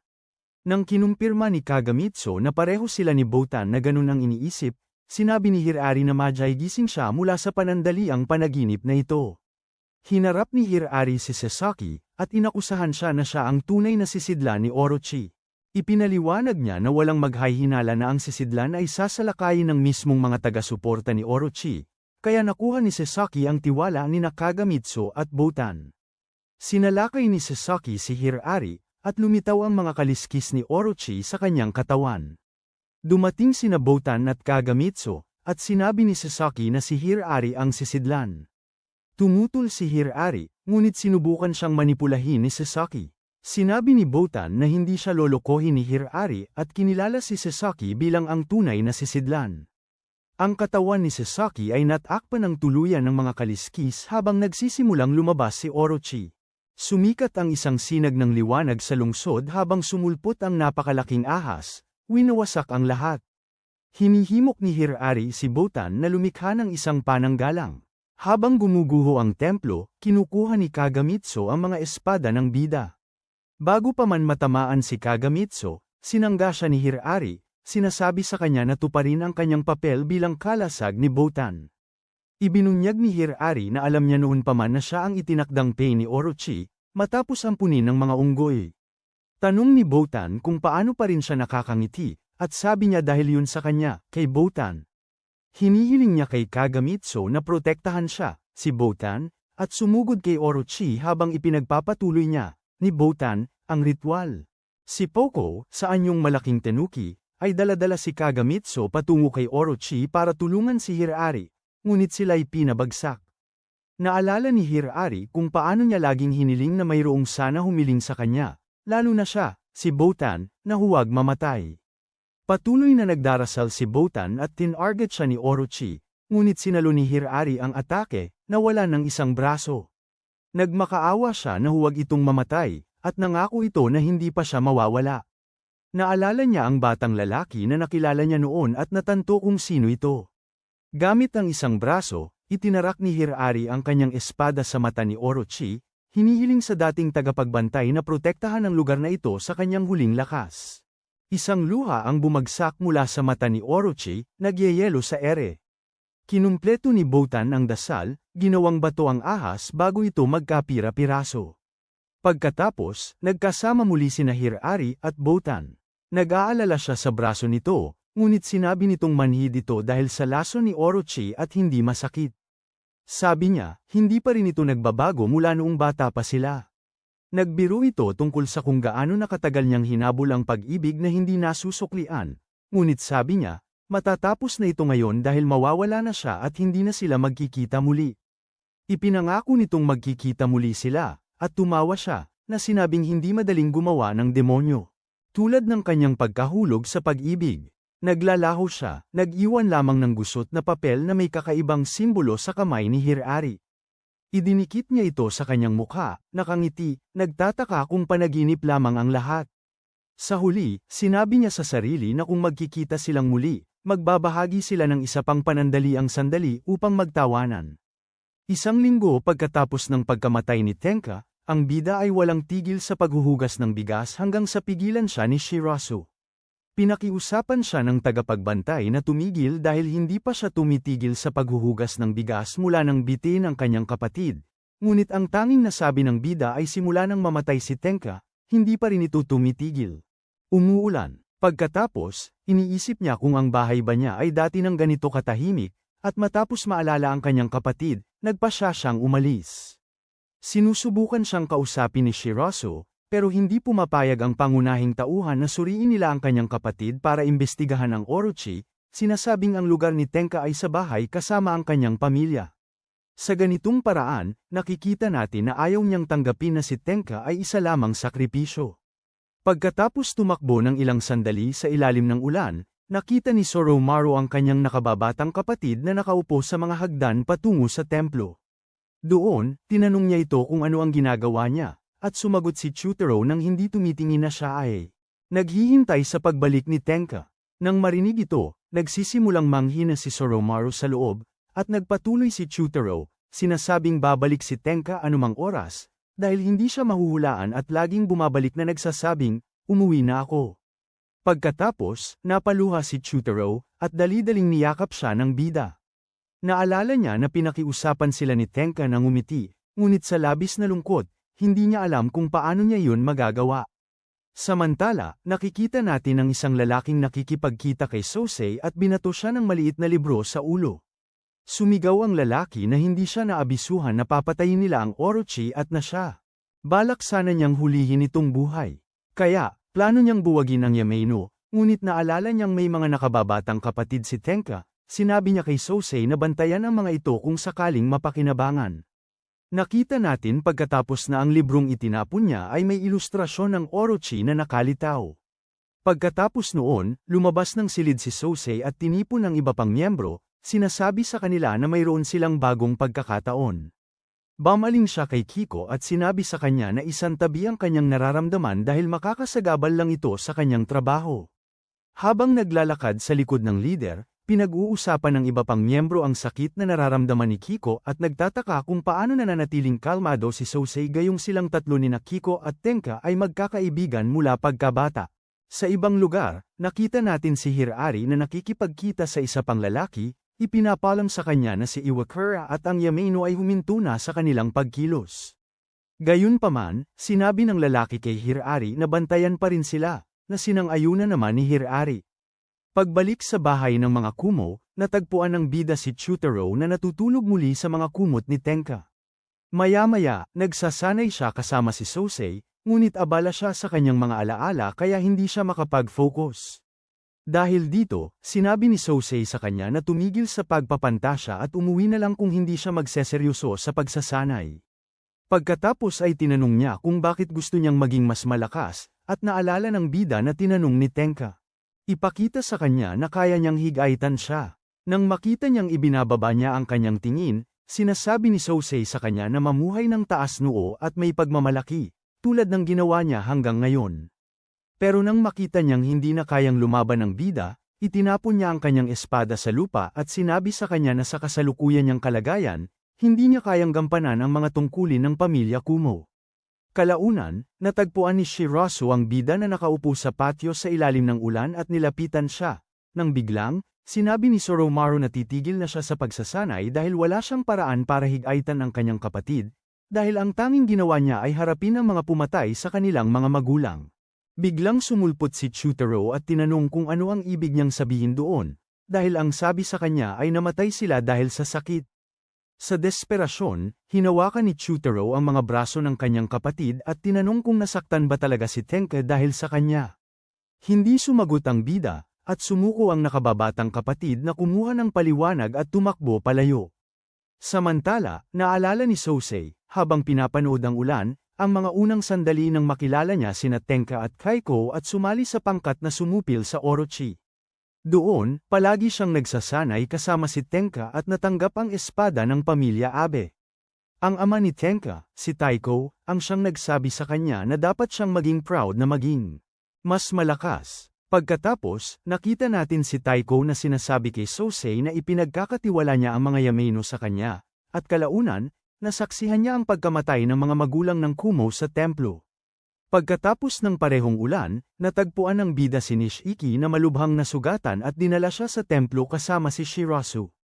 Ipinaliwanag niya na may ilang miyembro ng kanyang angkan ang nakaligtas at nagpalabay-laboy bilang mga takas, naghihintay ng taong magbibigay sa kanila ng utos dahil para sa mga ninja, ang malayang pamumuhay ay parang pagtitiis ng isang matinding hirap.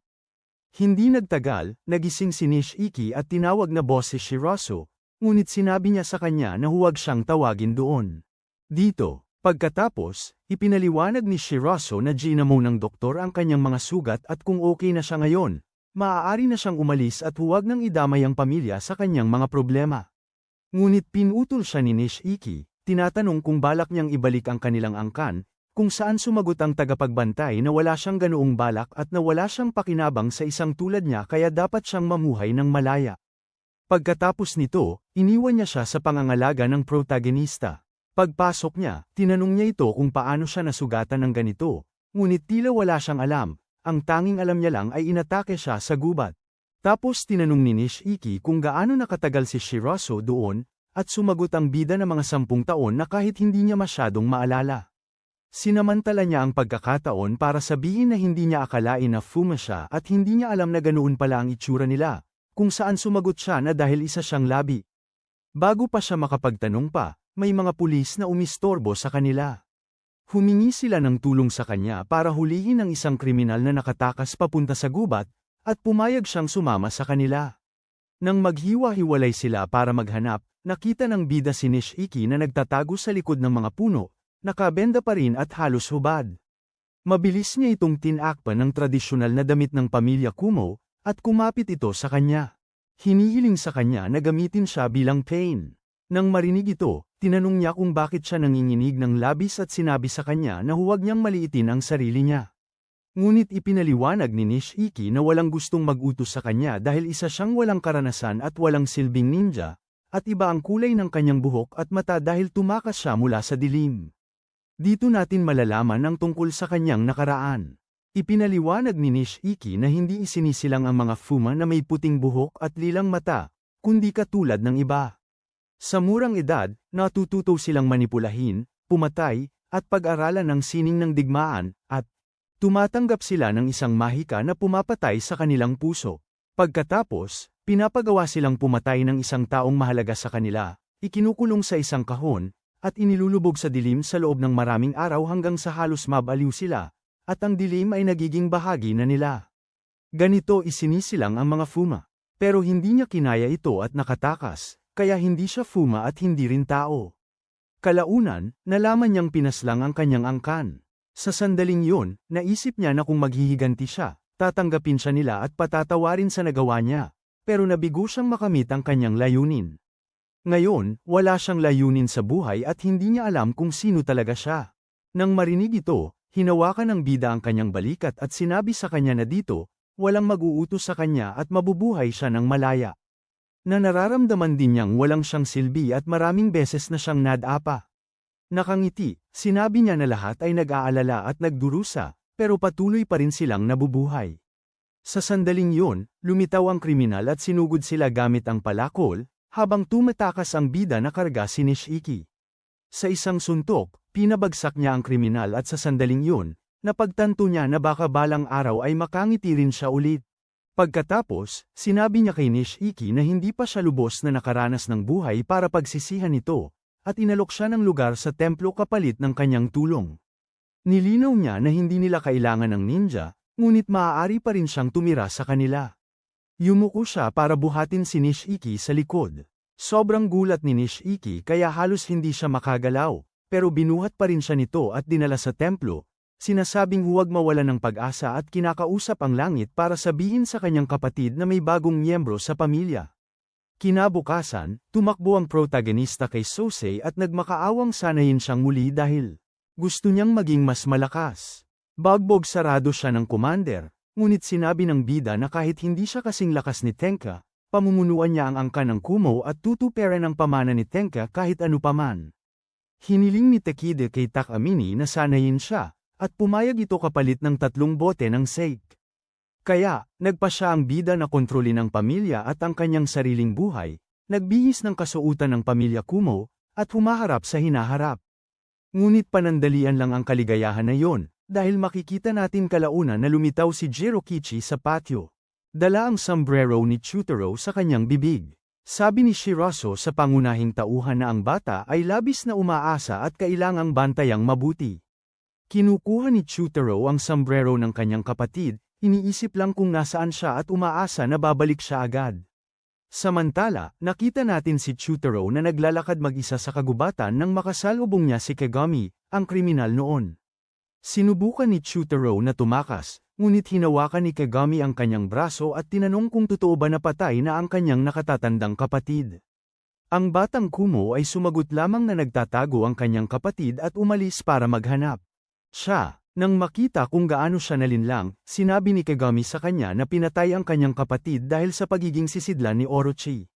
Nagsisimulang mat-erect ni Chutaro ang katotohanan at napupuno siya ng takot at sakit habang patuloy na ipinapaliwanag ni Kagami na pinatay ng mga pinuno ng kanilang bansa ang kanyang kapatid dahil sinapian siya ng demonyong si Orochi at kinailangan nilang alisin siya. Lubos na nasiraan si Chutaro nang tuluyan niyang maunawaan na pinatay ng kanyang bansa si Tenka. Samantala, sa punong tanggapan ng Yamano, tinanong ng 2 miyembro si Sosei kung bakit makulimlim pa rin ang kalangitan kung binitay si Tenka 2 linggo na ang nakalipas. Sumagot siya na simple lang ang paliwanag, hindi siya ang sisidlan ni Orochi. Ipinagpatuloy ni Sosei na ipaliwanag na ang pulisya ng prepektura ng Shiga ang nagsagawa ng pagbitay at malamang may itinatago sila. Bumalik tayo kay Chutaro, na bumagsak sa lupa, umiiyak at sumisigaw ng pangalan ng kanyang kapatid. Nakita ito ni Kagami, sinabi niya sa kanya na walang ginawang mali ang kanyang kapatid at tinanong kung hindi ba niya kinamumuhian ang mga pumatay sa kanya. Sumagot si Chutaro na oo.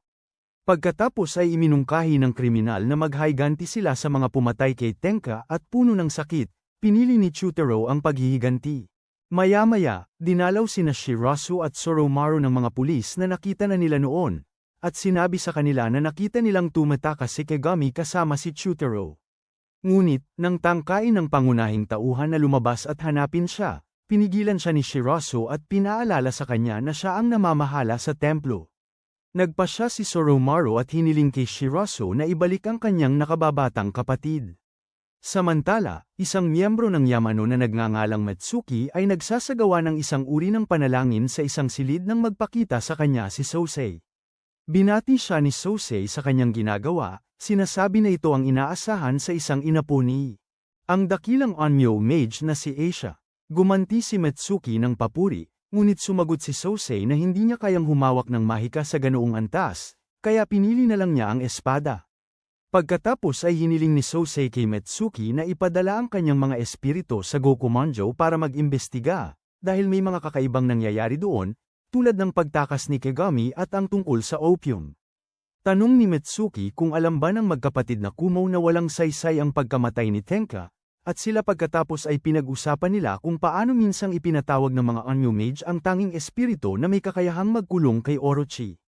Hiniling ni Sosei na ipatawag niya ang espiritong yun para tapusin si Orochi, dahil kilalang kilala nito si Orochi at kaya siyang ikulong. Siya palayo. Pagkaalis ni Sosei sa silid, naghanda si Metsuki na tawagin ito sa abot ng kanyang makakaya, bagamat sa sandaling yun, dalawang espiritu ang nagpakita at sinubukang kumbinsihin siya na hindi ito magandang ideya dahil mas mataas ang antas nito kaysa sa kanila. Gayunpaman, sumagot si Metsuki na ang utos ng commander ay lubos na dapat sundin, at hiniling niya sa mga espiritu na tulungan siyang maglakbay. Samantala, ipinagbigay alam ng mga gwardya sa lalaking nakamaskara ng Zoro sa Gokumanjo na matagumpay na nakatakas si Kagami at naghihintay ng mga utos. Sa ibang lugar, ang protagonista ay tumatakbo sa kagubatan nang biglang lumitaw si Takeda at sinusuntok siya. Nagrereklamo na palagi na lang niyang pinag-uusapan si Nishiki at ipinapaalala sa kanya na sa edad niyang iyon, wala pa siyang naging kapareha. Nagsimula silang magtalo, sinusubukang patunayan kung sino ang mas malakas, at tumakbo muli sa kagubatan. Samantala, nakita ni Takamine ang isang kakaibang mansyon sa kailaliman ng bundok at lumapit para pagmasdan ito. Lumitaw doon si Hirari kasama ang isa pang lalaki, na nagsabi sa kanya na tila hindi maganda ang kalagayan ni Iwakura. Sumagot si Hirari na kasama niya ngayon si Shi mula sa Yameno at tumatanggi si Iwakura na dumalo sa mga pagpupulong. Binalaan ng lalaki si Hirari na mag-ingat dahil hindi nila maaaring ipaalam kahit kanino na si Tenka ay ang gawa-gawa na Orochi. Nang marinig ito, tumakbo si Takamine para ipaalam sa commander, ngunit bigla siyang nakarinig ng kung ano sa kagubatan. Inatake siya ng isang kakaibang nilalang na walang kahirap-hirap na samugat sa kanyang balikat. Nang madaganan siya nito sa lupa, napagtanto niya na ang buong katawan nito ay may kakaibang kulay, at ang mga mata nito ay matingkad na pula. Ilang sandali lang, nakita natin si Takamine na duguan at maraming sugat, nakasandal na walang galaw sa isang puno, habang ang nilalang ay tumatakbo sa kagubatan at sanayon hanggang sa makarating ito sa mga tarangkahan ng dambana ng Kumo. Samantala, nagising si Soromaru mula sa isang uri ng bangungot at natagpuan ang sarili na hawak si Nishiki. Sa leeg, idiniin sa lupa. Humihingi siya ng paumanhin, sinasabing hindi niya alam kung ano ang nangyari. Ngunit ang leeg ni Nishiki ay may malalim na bakas ng kanyang mga daliri. Sa sandaling yun, dumating si So sa templo, sinasabing dumalaw lamang siya. Naaalala ni Sos na hindi pa rin alam ng bida na walang saysay ang pagkamatay ng kanyang kapatid. Inaanyayahan niya itong mag-almusal sa templo, at pumasok si Sos upang makasama sila. Habang nagpapatuloy sa ritual ng pagtawag, naantala si Metsuki ng isang taong tumatawag sa kanya ng master.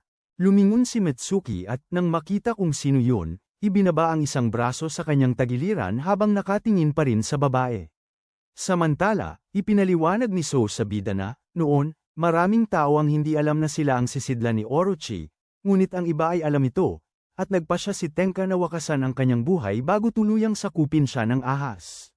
Malaki ang epekto nito kay Soromaru, ngunit pinutol ito ni Sous, nagtatanong kung pinaghihinalaan niya kung sino ang maaaring sisidlan ni Orochi. Nagtanong ang bida kung hindi pa rin nawawala si Orochi, at malamig siyang tiningnan ni Sous.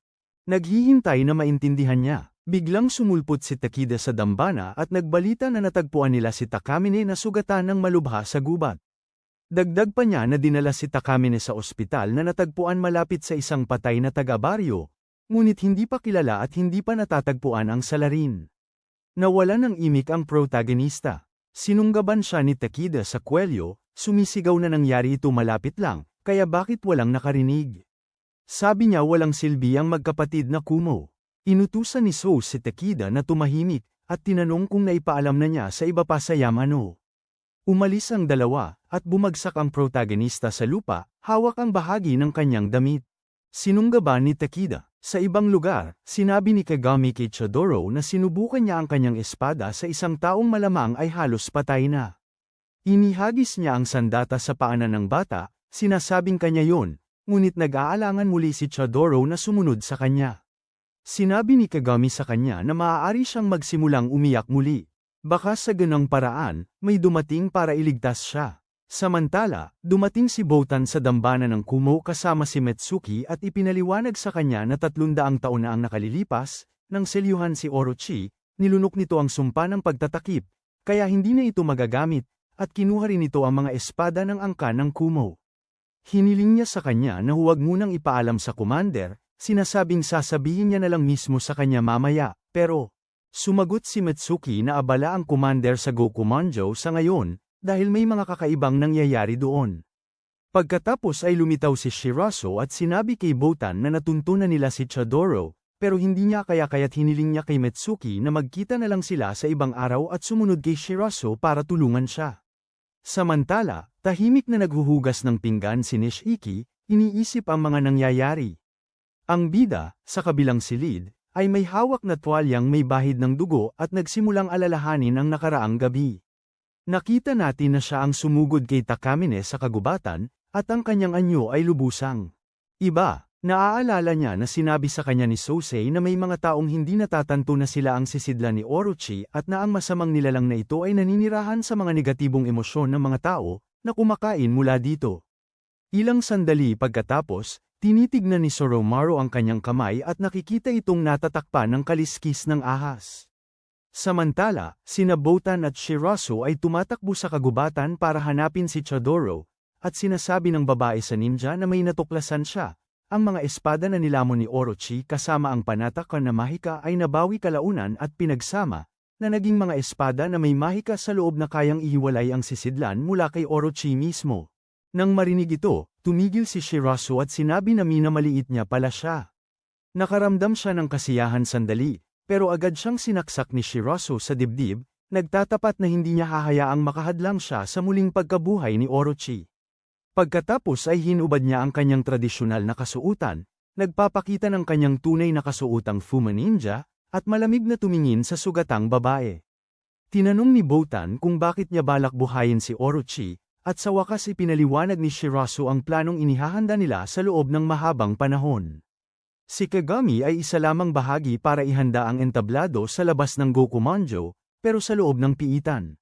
Ang lalaking may maskara ay nag-api na ang lahat ng bantay na humaharang sa kanya at kontrolado ang mga preso sa pamamagitan ng apyan. Si Shirazo naman, sumusunod sa utos at nakikipag-ugnayan sa kulungan sa pamamagitan ng sinanay na uwak. Pagkatapos ay inamin niya na ang Fuma ay tapat na kay Orochi sa loob ng maraming henerasyon at ang mga utos ng angkan ay dapat sundin. Kaya, sa Gokumanjo, ang lalaking may maskarang fox ay nagsisimula ng pag-aalsa kasama ang mga preso na nasa ilalim ng impluwensya ng droga.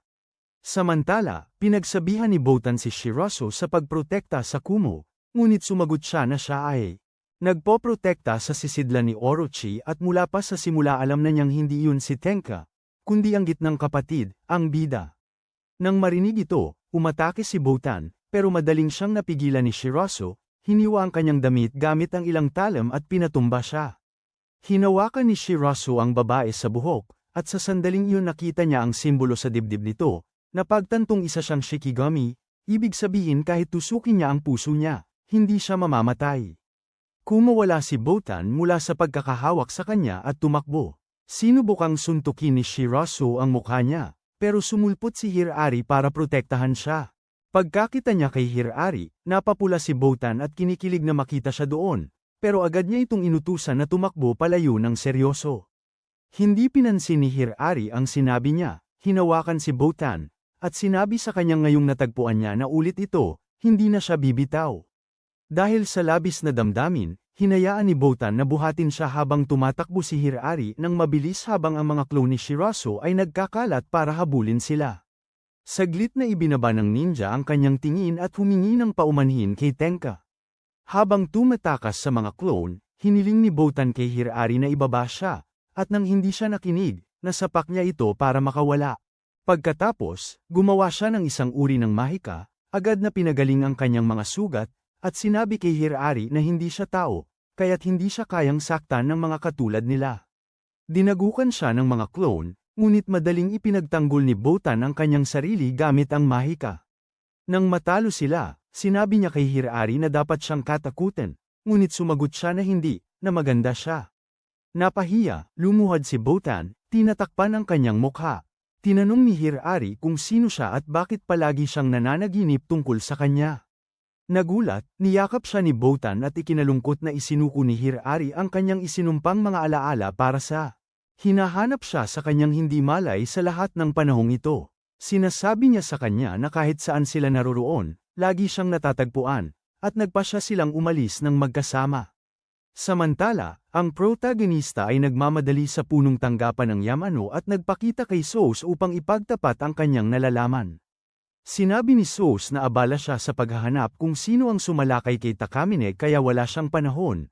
Ngunit pagkatapos ay inihayag ng protagonista ang bahagi ng kanyang katawan at sinabi kay Sous na siya ang may gawa. Ipinaliwanag niya na kamakailan ay gumawa siya ng mga bagay na hindi niya matandaan at nakakita ng mga damit na may bahid ng dugo sa kanyang aparador. Bigla, ngumiti siya sa commander at sinabi na siya ang sisidlan, bagaman hindi pa niya.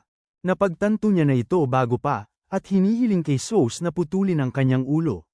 Patuloy siya, ipinapaliwanag na pinupukpok niya ang kanyang ulo sinusubukang tiisin ang sakit ng pagkakaroon ni Orochi sa loob niya, at sinubukan pa niyang saksakin ang kanyang sarili sa tiyan gamit ang mga espada ng pamilyang Kumo, pero tinanggihan ng sarili niyang katawan ang atake dahil ayaw ni Orochi na mamatay ang kanyang sisidlan. Naiirita si Sous sa kanyang ngiti, hinugot ang kanyang espada, at itinutok ito mismo sa kanyang ulo. Tinanong niya si Soromaru kung gusto na nitong mamatay, pero nang makita ang reaksyon nito, isinilid niya ang espada. Tumalikod si Sous at sinabi sa kanya na naging malakas siya sa buong panahong ito, nagtiis sa pagkamatay ng kanyang kapatid at tinupad ang kanyang tungkulin bilang isang Kumo, laging nagpapakita ng ngiti nang hindi ipinapakita ang kanyang sakit. Inamin ng pangunahing tauhan na hindi siya maaaring maging mahina dahil ayaw niyang umasa lamang kay Shirasu at kailangan siya ng kanyang nakababatang kapatid. Pinalis ni Sous ang isang kurtina sa silid, ibinalot ito kay Soromaru, at tinanong kung sino ang nagsabi sa kanyang ang pag-iyak ay kahinaan. Hinimok niya itong kumapit sa mga alaala na siya lamang ang nakakaalam upang umiyak at sa gayon ay maging mas malakas. Tuluyang napahagulhol si Soromaru, naaalala si Tenka, ang kanyang proteksyon, at kung ano ang kahulugan nito sa kanya. Biglang sumabat si Takeda, ipinaalam sa kanila na pinaligiran sila ng mga Fuma Ninja. Naghanda si Sous, sinasabing nagpakita na rin sila ng kanilang tunay na kulay at inutusan si Takeda na pangalagaan ang pangunahing tauhan ng buong makakaya niya. Sa labas, maraming ninja ang nakapalibot sa punong tanggapan ng Yamano at lumalaban ang mga miyembro. Samantala, nakarating sina Hirari at Botan sa pasukan ng templo ng Kumo, ngunit sinabi ng dalawang pulis sa kanila na nakatakas na ang lahat ng Gokumanjo at umasa silang makahingi ng tulong sa bida, ngunit wala siya doon. Nagpasya si Botan na maghintay at umalis si Hirari. Sa loob, habang binabantayan ni Takeda ang pinto kasama ang bida, isang ninja ng Fuma ang lumitaw sa bintana, na napagkamala nilang si Shirasu. Nilapitan ng ninja si Soromaru, sinasabing sa wakas ay natagpuan na niya ito, itinulak si Takeda, at sinipa ang kanyang armas palayo. Hinarap siya ng bida, ngunit inamin ng ninja na hindi siya si Shirasu, kundi ang kanyang nakababatang kambal, at madalas silang mapagkamalan, bagaman ang pinuno ng Fuma ay si Shirasu. na pumatay rin sa kanilang mga magulang. Sinusubukang sugurin ng ninja ang pangunahing tauhan, pero sumingit ang totoong Shirazo, sinasabi sa kanya na ang utos ay huwag siyang galawin, dahil maaari itong magdulot ng problema para kay Lord Orochi sa loob niya. Sabay silang lumuhad sa harap ng kanilang Panginoon. Sa takot, naiisip ng pangunahing tauhan na hindi ito ang Shirazo na kilala niya at sinusubukang tumakas, pero nahuli siya ng ninja bago pa siya makarating sa pinto. Sinasabi sa kanya na nakahinga sila ng maluwag nang biglang namatay ang nakatatandang kapatid at na sila ay naging kahanga-hanga at mapagkakatiwala ang mga tauhan. Napaiyak ang bida sa bisig ng dating tagapagbantay ng Kumo. Samantala, nakikipaglaban sa labas ang grupo ng Yamaino, natatalo ang ilang ninja, ngunit pagkatapos ay ngumingiti ang isa sa kanila, sumipol, at umatras silang lahat. Lumitaw si Takeda at sinabi sa kanila na nabihag ng mga Fuma ang bida, kaya nagtipon ang lahat sa silid. Ipinagtapat ni Sosei na siya ang sisidlan ni Orochi at pinangunahan ng grupo upang habulin sila. Sa ibang lugar, sinabi ni Mitsuki kay Botan na kinuha ng mga Fuma ang pangunahing tauhan kasama ang mga espada ng pamilya Kumo. Sabi niya babalik na siya sa punong tanggapan dahil magiging mahirap na ang sitwasyon, iniwan si Botan na nag-iisip ng malalim. Sa bayan, maraming tao ang nagtipon para tumingin sa langit, na lalong dumidilim at nagbabanta. Tanong ni Chutaro kay Kagami kung bakit ganoon ang langit at kung bakit hindi sila pupunta ng Kyoto para mag-Higanti. Nagkunwari si Kagami na walang alam, pero sinigawan siya ng bata, sinasabing kung may pamilya siya, dapat alam niya ang nararamdaman niya. Nakita natin ang alaala ni Kagami noong bata pa siya kung saan iniiwasan siya ng mga tao dahil sa kanyang hitsura. Pagkatapos ay sinabi niya kay Chutaro na wala siyang pamilya, dahil palagi siyang nag-iisa saan man siya magpunta. Maya-maya, sinusuri ni Shirazo ang mga espada ng Kumo nang lumapit ang kanyang kapatid mula sa likuran, tinatanong kung nakabuo na ba siya ng kahit anong ugnayan sa pamilya pagkatapos ng 10 taon. Itinatanggi ito ni Shirazo, sinasabi lamang na ang mga espada ay makapag-iiwalay kay Orochi sa kanyang sisidlan. Sa wakas, mas marami tayong nalalaman tungkol sa kasaysayan ng Fuma. Ang orihinal na plano ng mga kapatid ay gumugol ng 10 taon sa pagpasok sa Gokumanjo para lumikha ng isang hukbo at sa pamilya Kumo para kumuha ng impormasyon. Pinatay din nila ang lahat ng Fuma na sumalungat sa pagkabuhay muli ni Orochi at pinakalat sa iba ang balita na ang Kan ay napuksa na. Gayunpaman, mahirap patayin si Taiko dahil may alam siya tungkol sa koneksyon ng Fuma at Orochi. Nakita natin ang maikling pagbabalik-tanaw kung paano isinuot ni Shirazo ang maskara ng Zoro pagkatapos patayin ang mga magulang ng bida. Ngunit, dahil dito, mas naging madali para sa kanya na makapasok bilang pinagkakatiwalaan ni Kumo. Maalala sandali ni Shirazo ang init ng loob ni Tenka at ang magagandang alaala nila sa templo noong tinanggap nila siya bilang pamilya. Nagtanong naman ang ninja tungkol kay Kagami, at sumagot ang kanyang kapatid na karamihan sa trabaho sa labas ay ginawa niya kaya malapit na nilang maisakatuparan ang panahon ng mga ninja kasama si Lord Orochi. Pagkatapos ay ibinaba at itinapon ni Shirazo ang isang munting bagay na minsang ibinigay sa kanya ni Tenka, itinakwil ang kanyang pangalan. Samantala, sinusubukan ni Chutaro na mangisda sa ilog habang si Kagami ay nagmamasid mula sa isang puno. Nang hindi makahuli ang bata, kinutya siya ni Kagami. Sinasabing pinalaki siya sa layaw ng kanyang mga kapatid sa lahat ng oras na ito. Binato ni Chutaro ng isang piraso ng damong dagat ang kanyang mukha, at sinabing huwag niyang pagsalitaan ng masama ang kanyang mga kapatid. Nagalit si Kagami, at tinakat siya gamit ang kanyang espesyal na katana, hiniwa ang kanyang pisngi bilang babala. Pagkatapos ay itinuro niya ang ilang babae mula sa nayon na nasa ilalim ng talon at sinabihan si Chutaro na sugurin sila para patunayan ang kanyang lakas. Nakilala ni Chutaro ang isa bilang tindera ng gulay na nagbigay sa kanya ng pagkain para kay Tenka noong siya ay may sakit. At sinusubukang tumakbo, ngunit pinipigilan siya ni Kagami, sinasabing ang hindi kayang pumatay ay hindi makakapaghiganti. Sa sandaling yun, lumitaw ang mga bandido sa bundok at dinala ang mga babae sa mas malalim na bahagi ng gubat.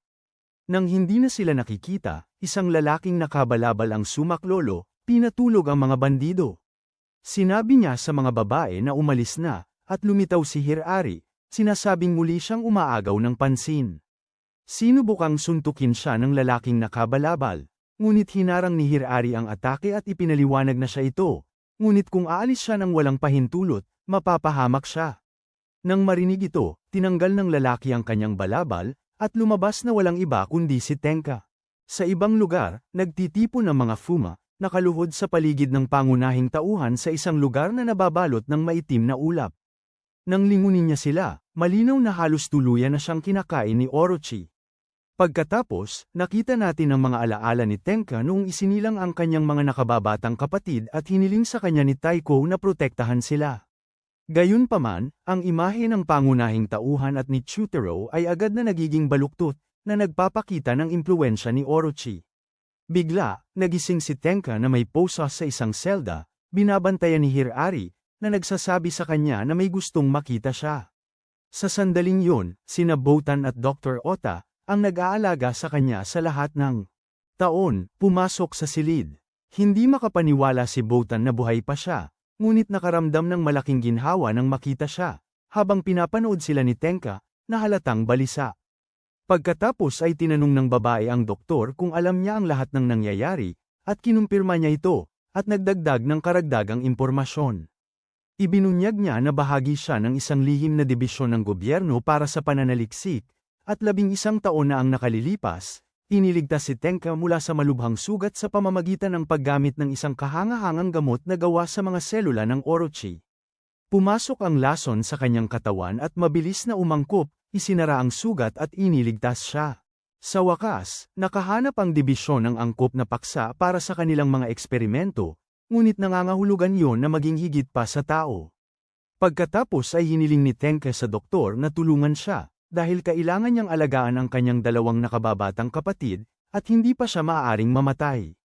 Matapos marinig ang lahat ng ito, tinanong ni Tenka kung bakit hindi pa siya patay at siniyasat, at sinabi ni Hirari sa kanya ang tunay na nangyari.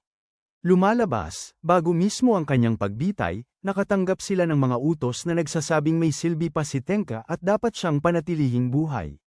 Pagkatapos ay nagtanong siya tungkol sa kanyang mga kapatid, at may masakit na tungkulin si Botan na sabihin sa kanya na nawawala si Chutaro. Pagkatapos ay nagtanong siya tungkol kay Soromaru, at sumagot si Hirari na mas malala pa ang kalagayan niya, dahil siya ay ang siyang tunay na sisidlan ni Orochi. Patuloy na ipinaliwanag ni Botan na pinagtaksilan sila ni Shirazo at kinuha ang bida, ngunit nang marinig ito, pinutol ni Tenka ang kanyang mga tanikala at hiniling kay Hirari na huwag siyang pigilan, dahil siya lang ang makakalutas sa problema.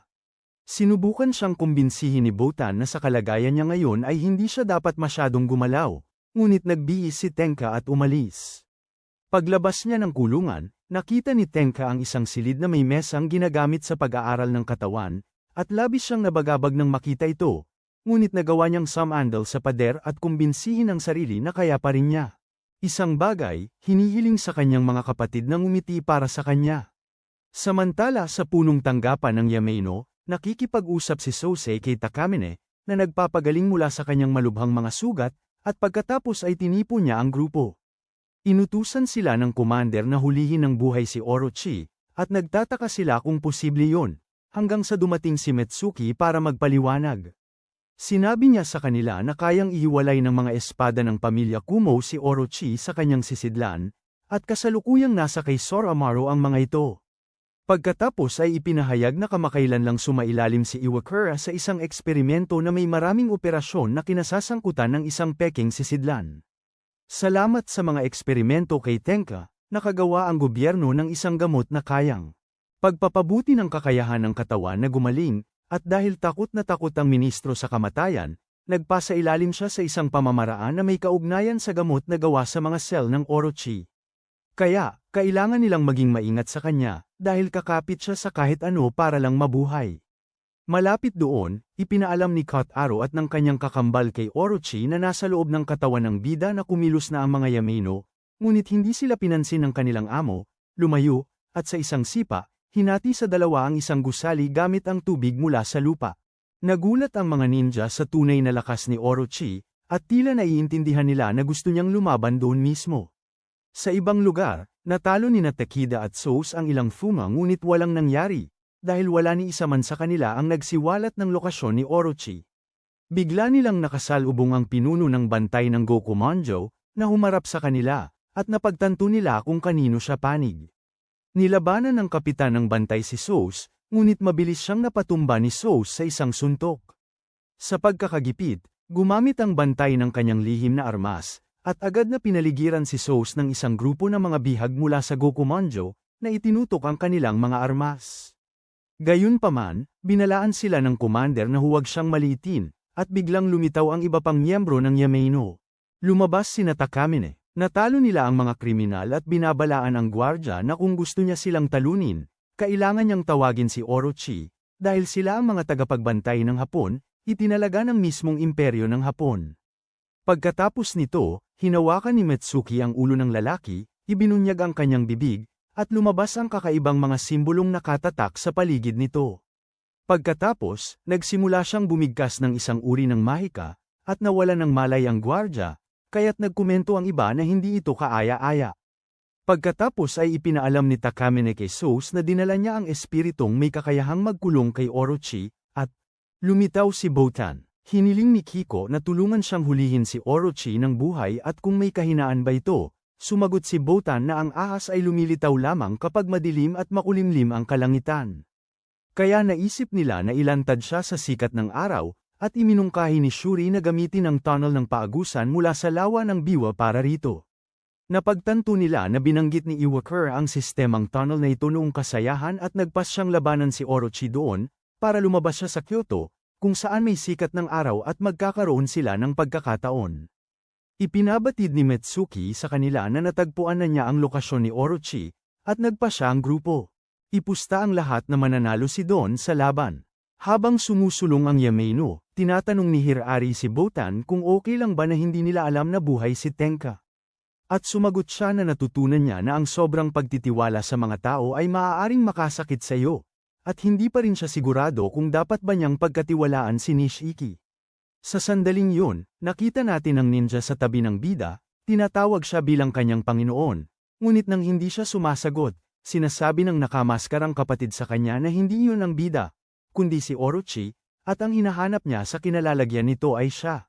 Napagtanto niya na isa siyang baguhang ninja na hindi pa tapos sa kanyang ritual, ngunit nagmamakaawa siyang makabalik sa Fuma at lumapit sa protagonista, na sinapian ni Orochi, lumuhad sa harap niya at nagmamakaawang gamitin bilang kasangkapan. Si Orochi ay tahimik na lumingon at tumingin kay Nishiki.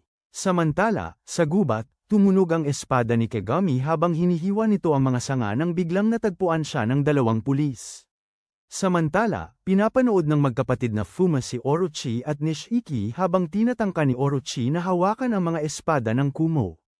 Tinawag siya ni Nishiki sa pangalan ng protagonista at sinabi sa kanya na ang mga espadang iyon ay kayang maghiwalay. Si Orochi mula sa kanyang sisidlan.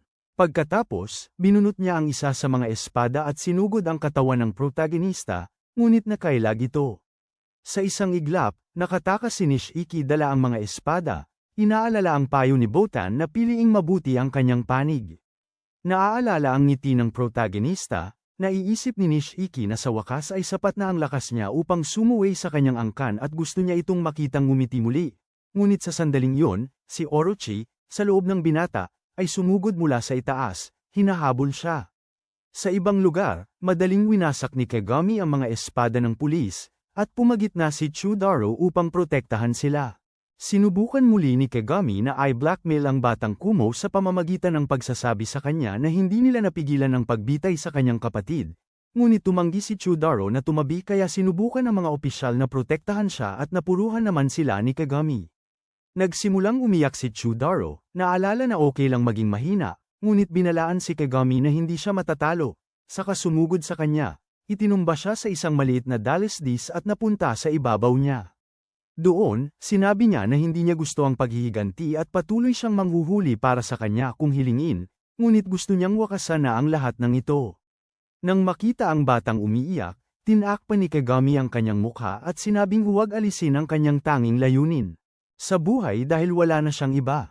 Bigla, lumitaw si Jero Kichi, nag-iba ng anyo, lumaki, at binuhat si Chudaro palayo. Tanging si Kagami na lang ang nakatanaw habang sila'y lumalayo. Sinasabi na sa huli, siya rin ay inabandona tulad ng iba.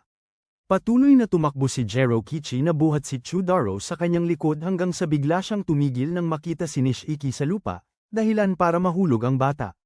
Lumapit ang dalawa sa ninja, Ngunit sa isang iglap, lumabas si Orochi, sa loob ni Soromaru, at bumato ng mga putol na kahoy sa kanila. Gayunpaman, dumating ang mga Yamano, at nagkamalay si Nishiki saktong para iabot ang mga espada. Kay Botan, dinakma niya ang mga sandata at sumakay kay Jirokichi kasama si Chudaro, tumatakas habang hinahabol ni Orochi. Sa unahan, ang mga Yamano ay hinaharang ng isang grupo ng Fuma na pinamumunuan ng magkapatid na may maskarang lobo. Habang tumatakas, sinabi ni Botan kay Chudaro na ang humahabol sa kanila ay hindi ang kanyang kapatid kundi si Orochi, at binigyan siya ng tiyak na mga tagubilin.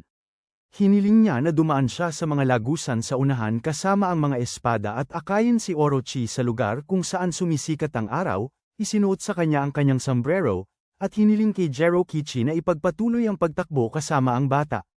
Hinahabol ni Orochi ang magkapatid na Kumo at ang kanyang mahiwagang kasama habang muling nakasama ni Botan si Nishiki. At ang dating Shirazo ay lumitaw, sinasabi sa kanila na ang pagtataksil sa Fuma ay isang malaking pagkakamali habang siya ay lumalapit ng mapanganib. Patuloy na gumalaw si Chudaro hanggang sa makita niyang nakaharang ang daan. Sa sandaling yun, tinangka silang atakihin ni Orochi, ngunit ang napulot niya ay ang kaluban ng espada ng Kumo, at tinanggihan siya ng mga espada, ibinagsak siya sa pader at bahagyang nasaktan. Gayunpaman, lalo lamang itong ikinagalit ng ahas, at nagsimula itong sumikop at baguhin ang katawan ng bida. Pagkatapos, nagpakawala si Orochi ng isang malakas na atake sa lupa, nagpatalsik kay Chudaro mula kay Jirokichi.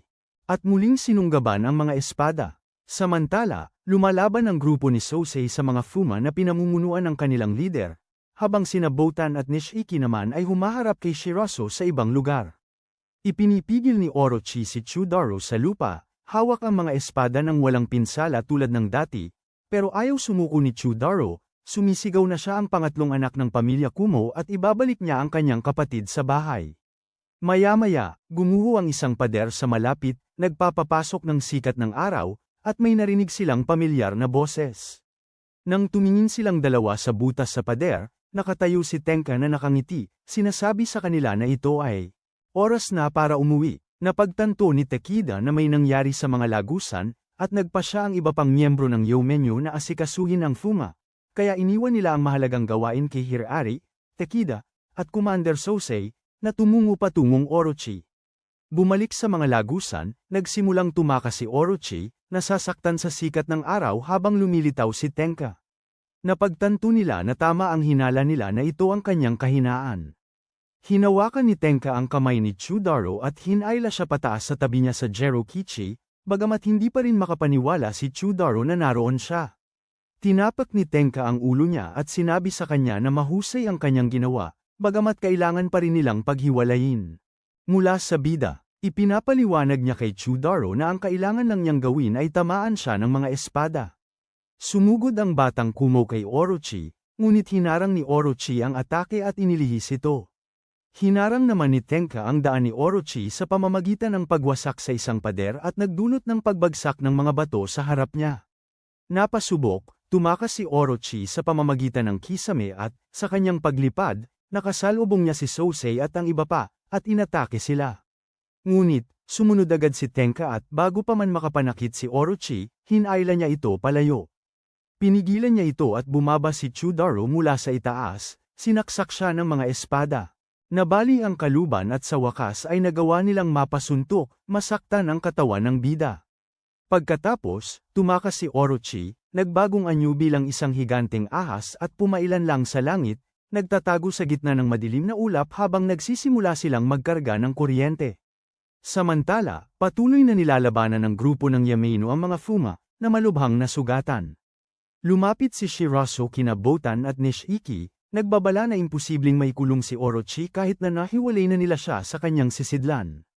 Ngunit ngumiti si Botan, sumasagot na ang tunay na kalaban ni Orochi ay ang kanyang sarili, dahil kayang wasakin ng kanyang sisidlan ang siya. Hindi nagtagal, nagkamalay ang pangunahing tauhan at nagkasama silang muli ng kanyang mga kapatid, nagyakapan sa ginhawa.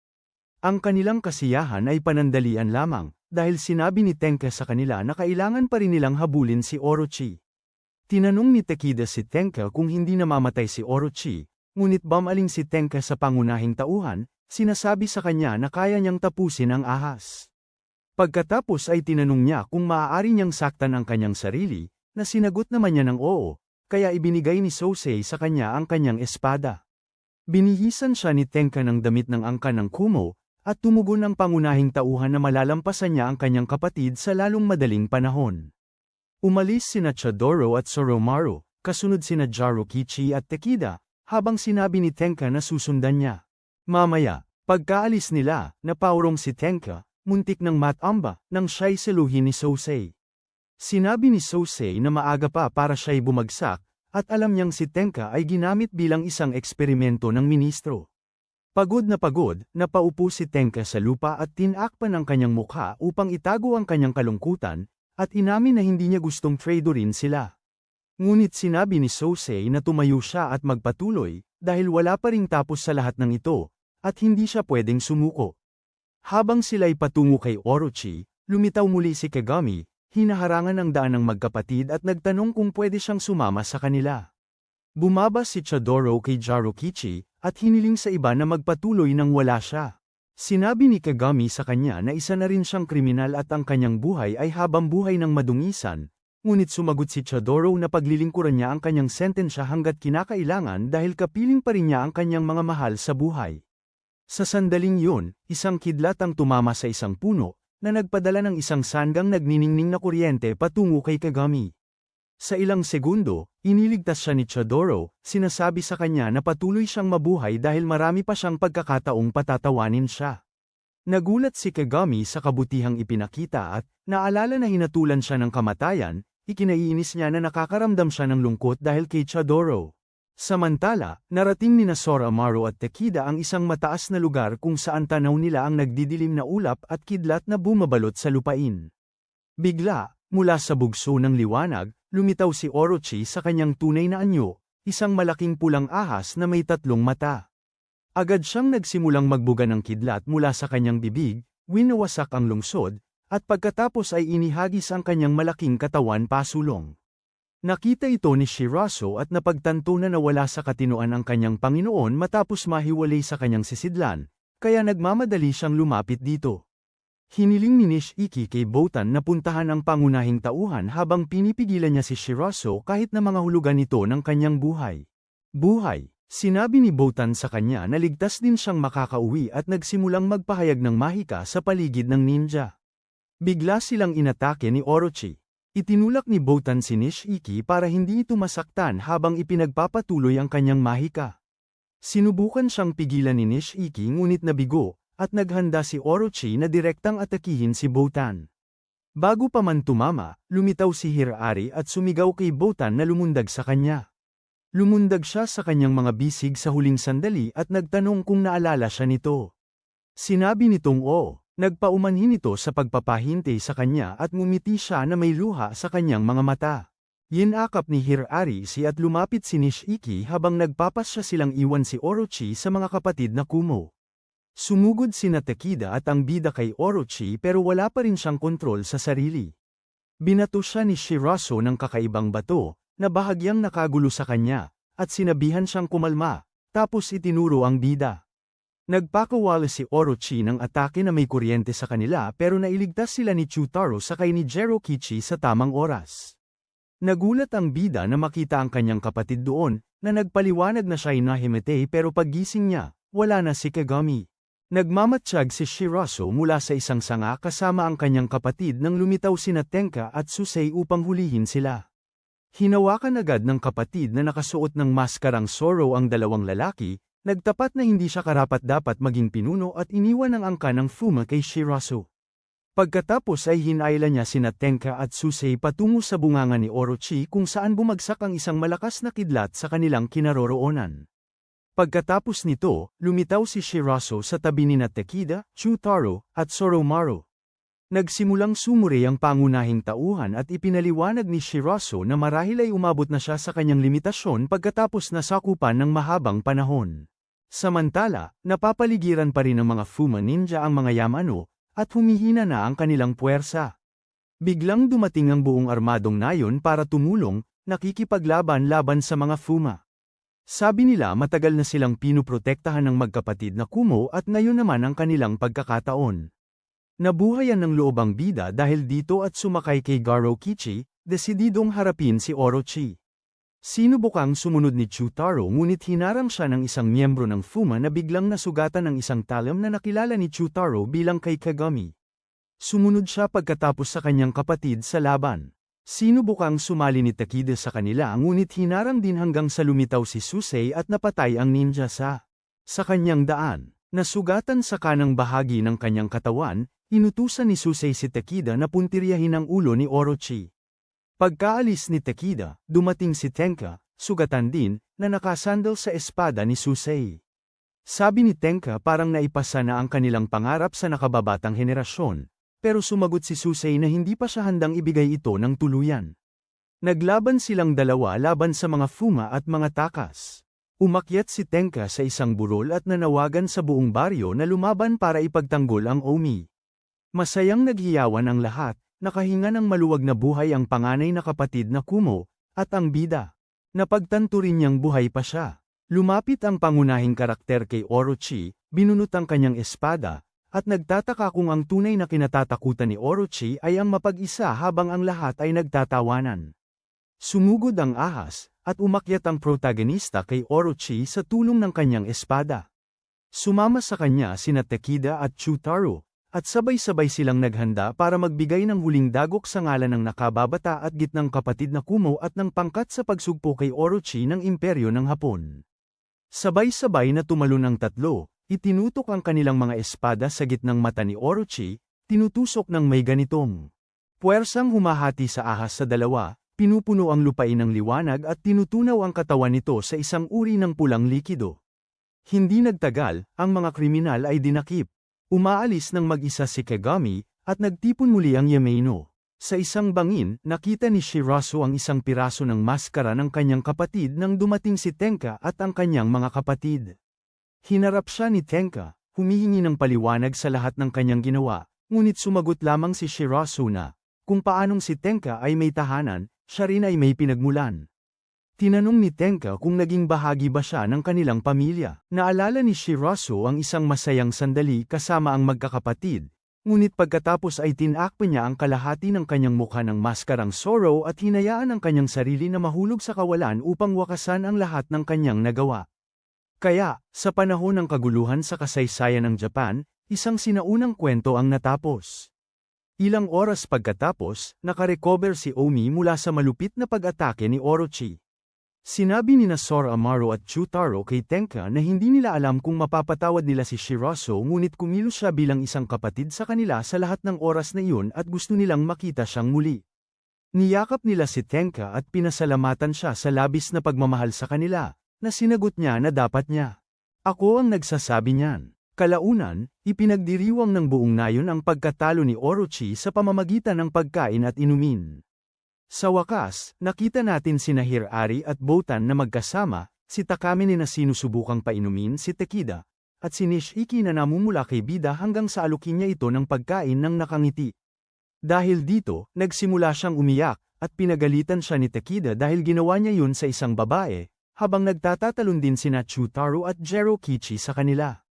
Samantala, humiga si Tenka upang uminom kasama ang kanyang mga kaibigan noong bata pa, sina Kiko at Sosei, habang masayang pinagmamasdan ni bida. Sa wakas, lahat ay maaaring tumawa, umiyak, at manirahan sa lugar na iyon sa ilalim ng maaraw na kalangitan.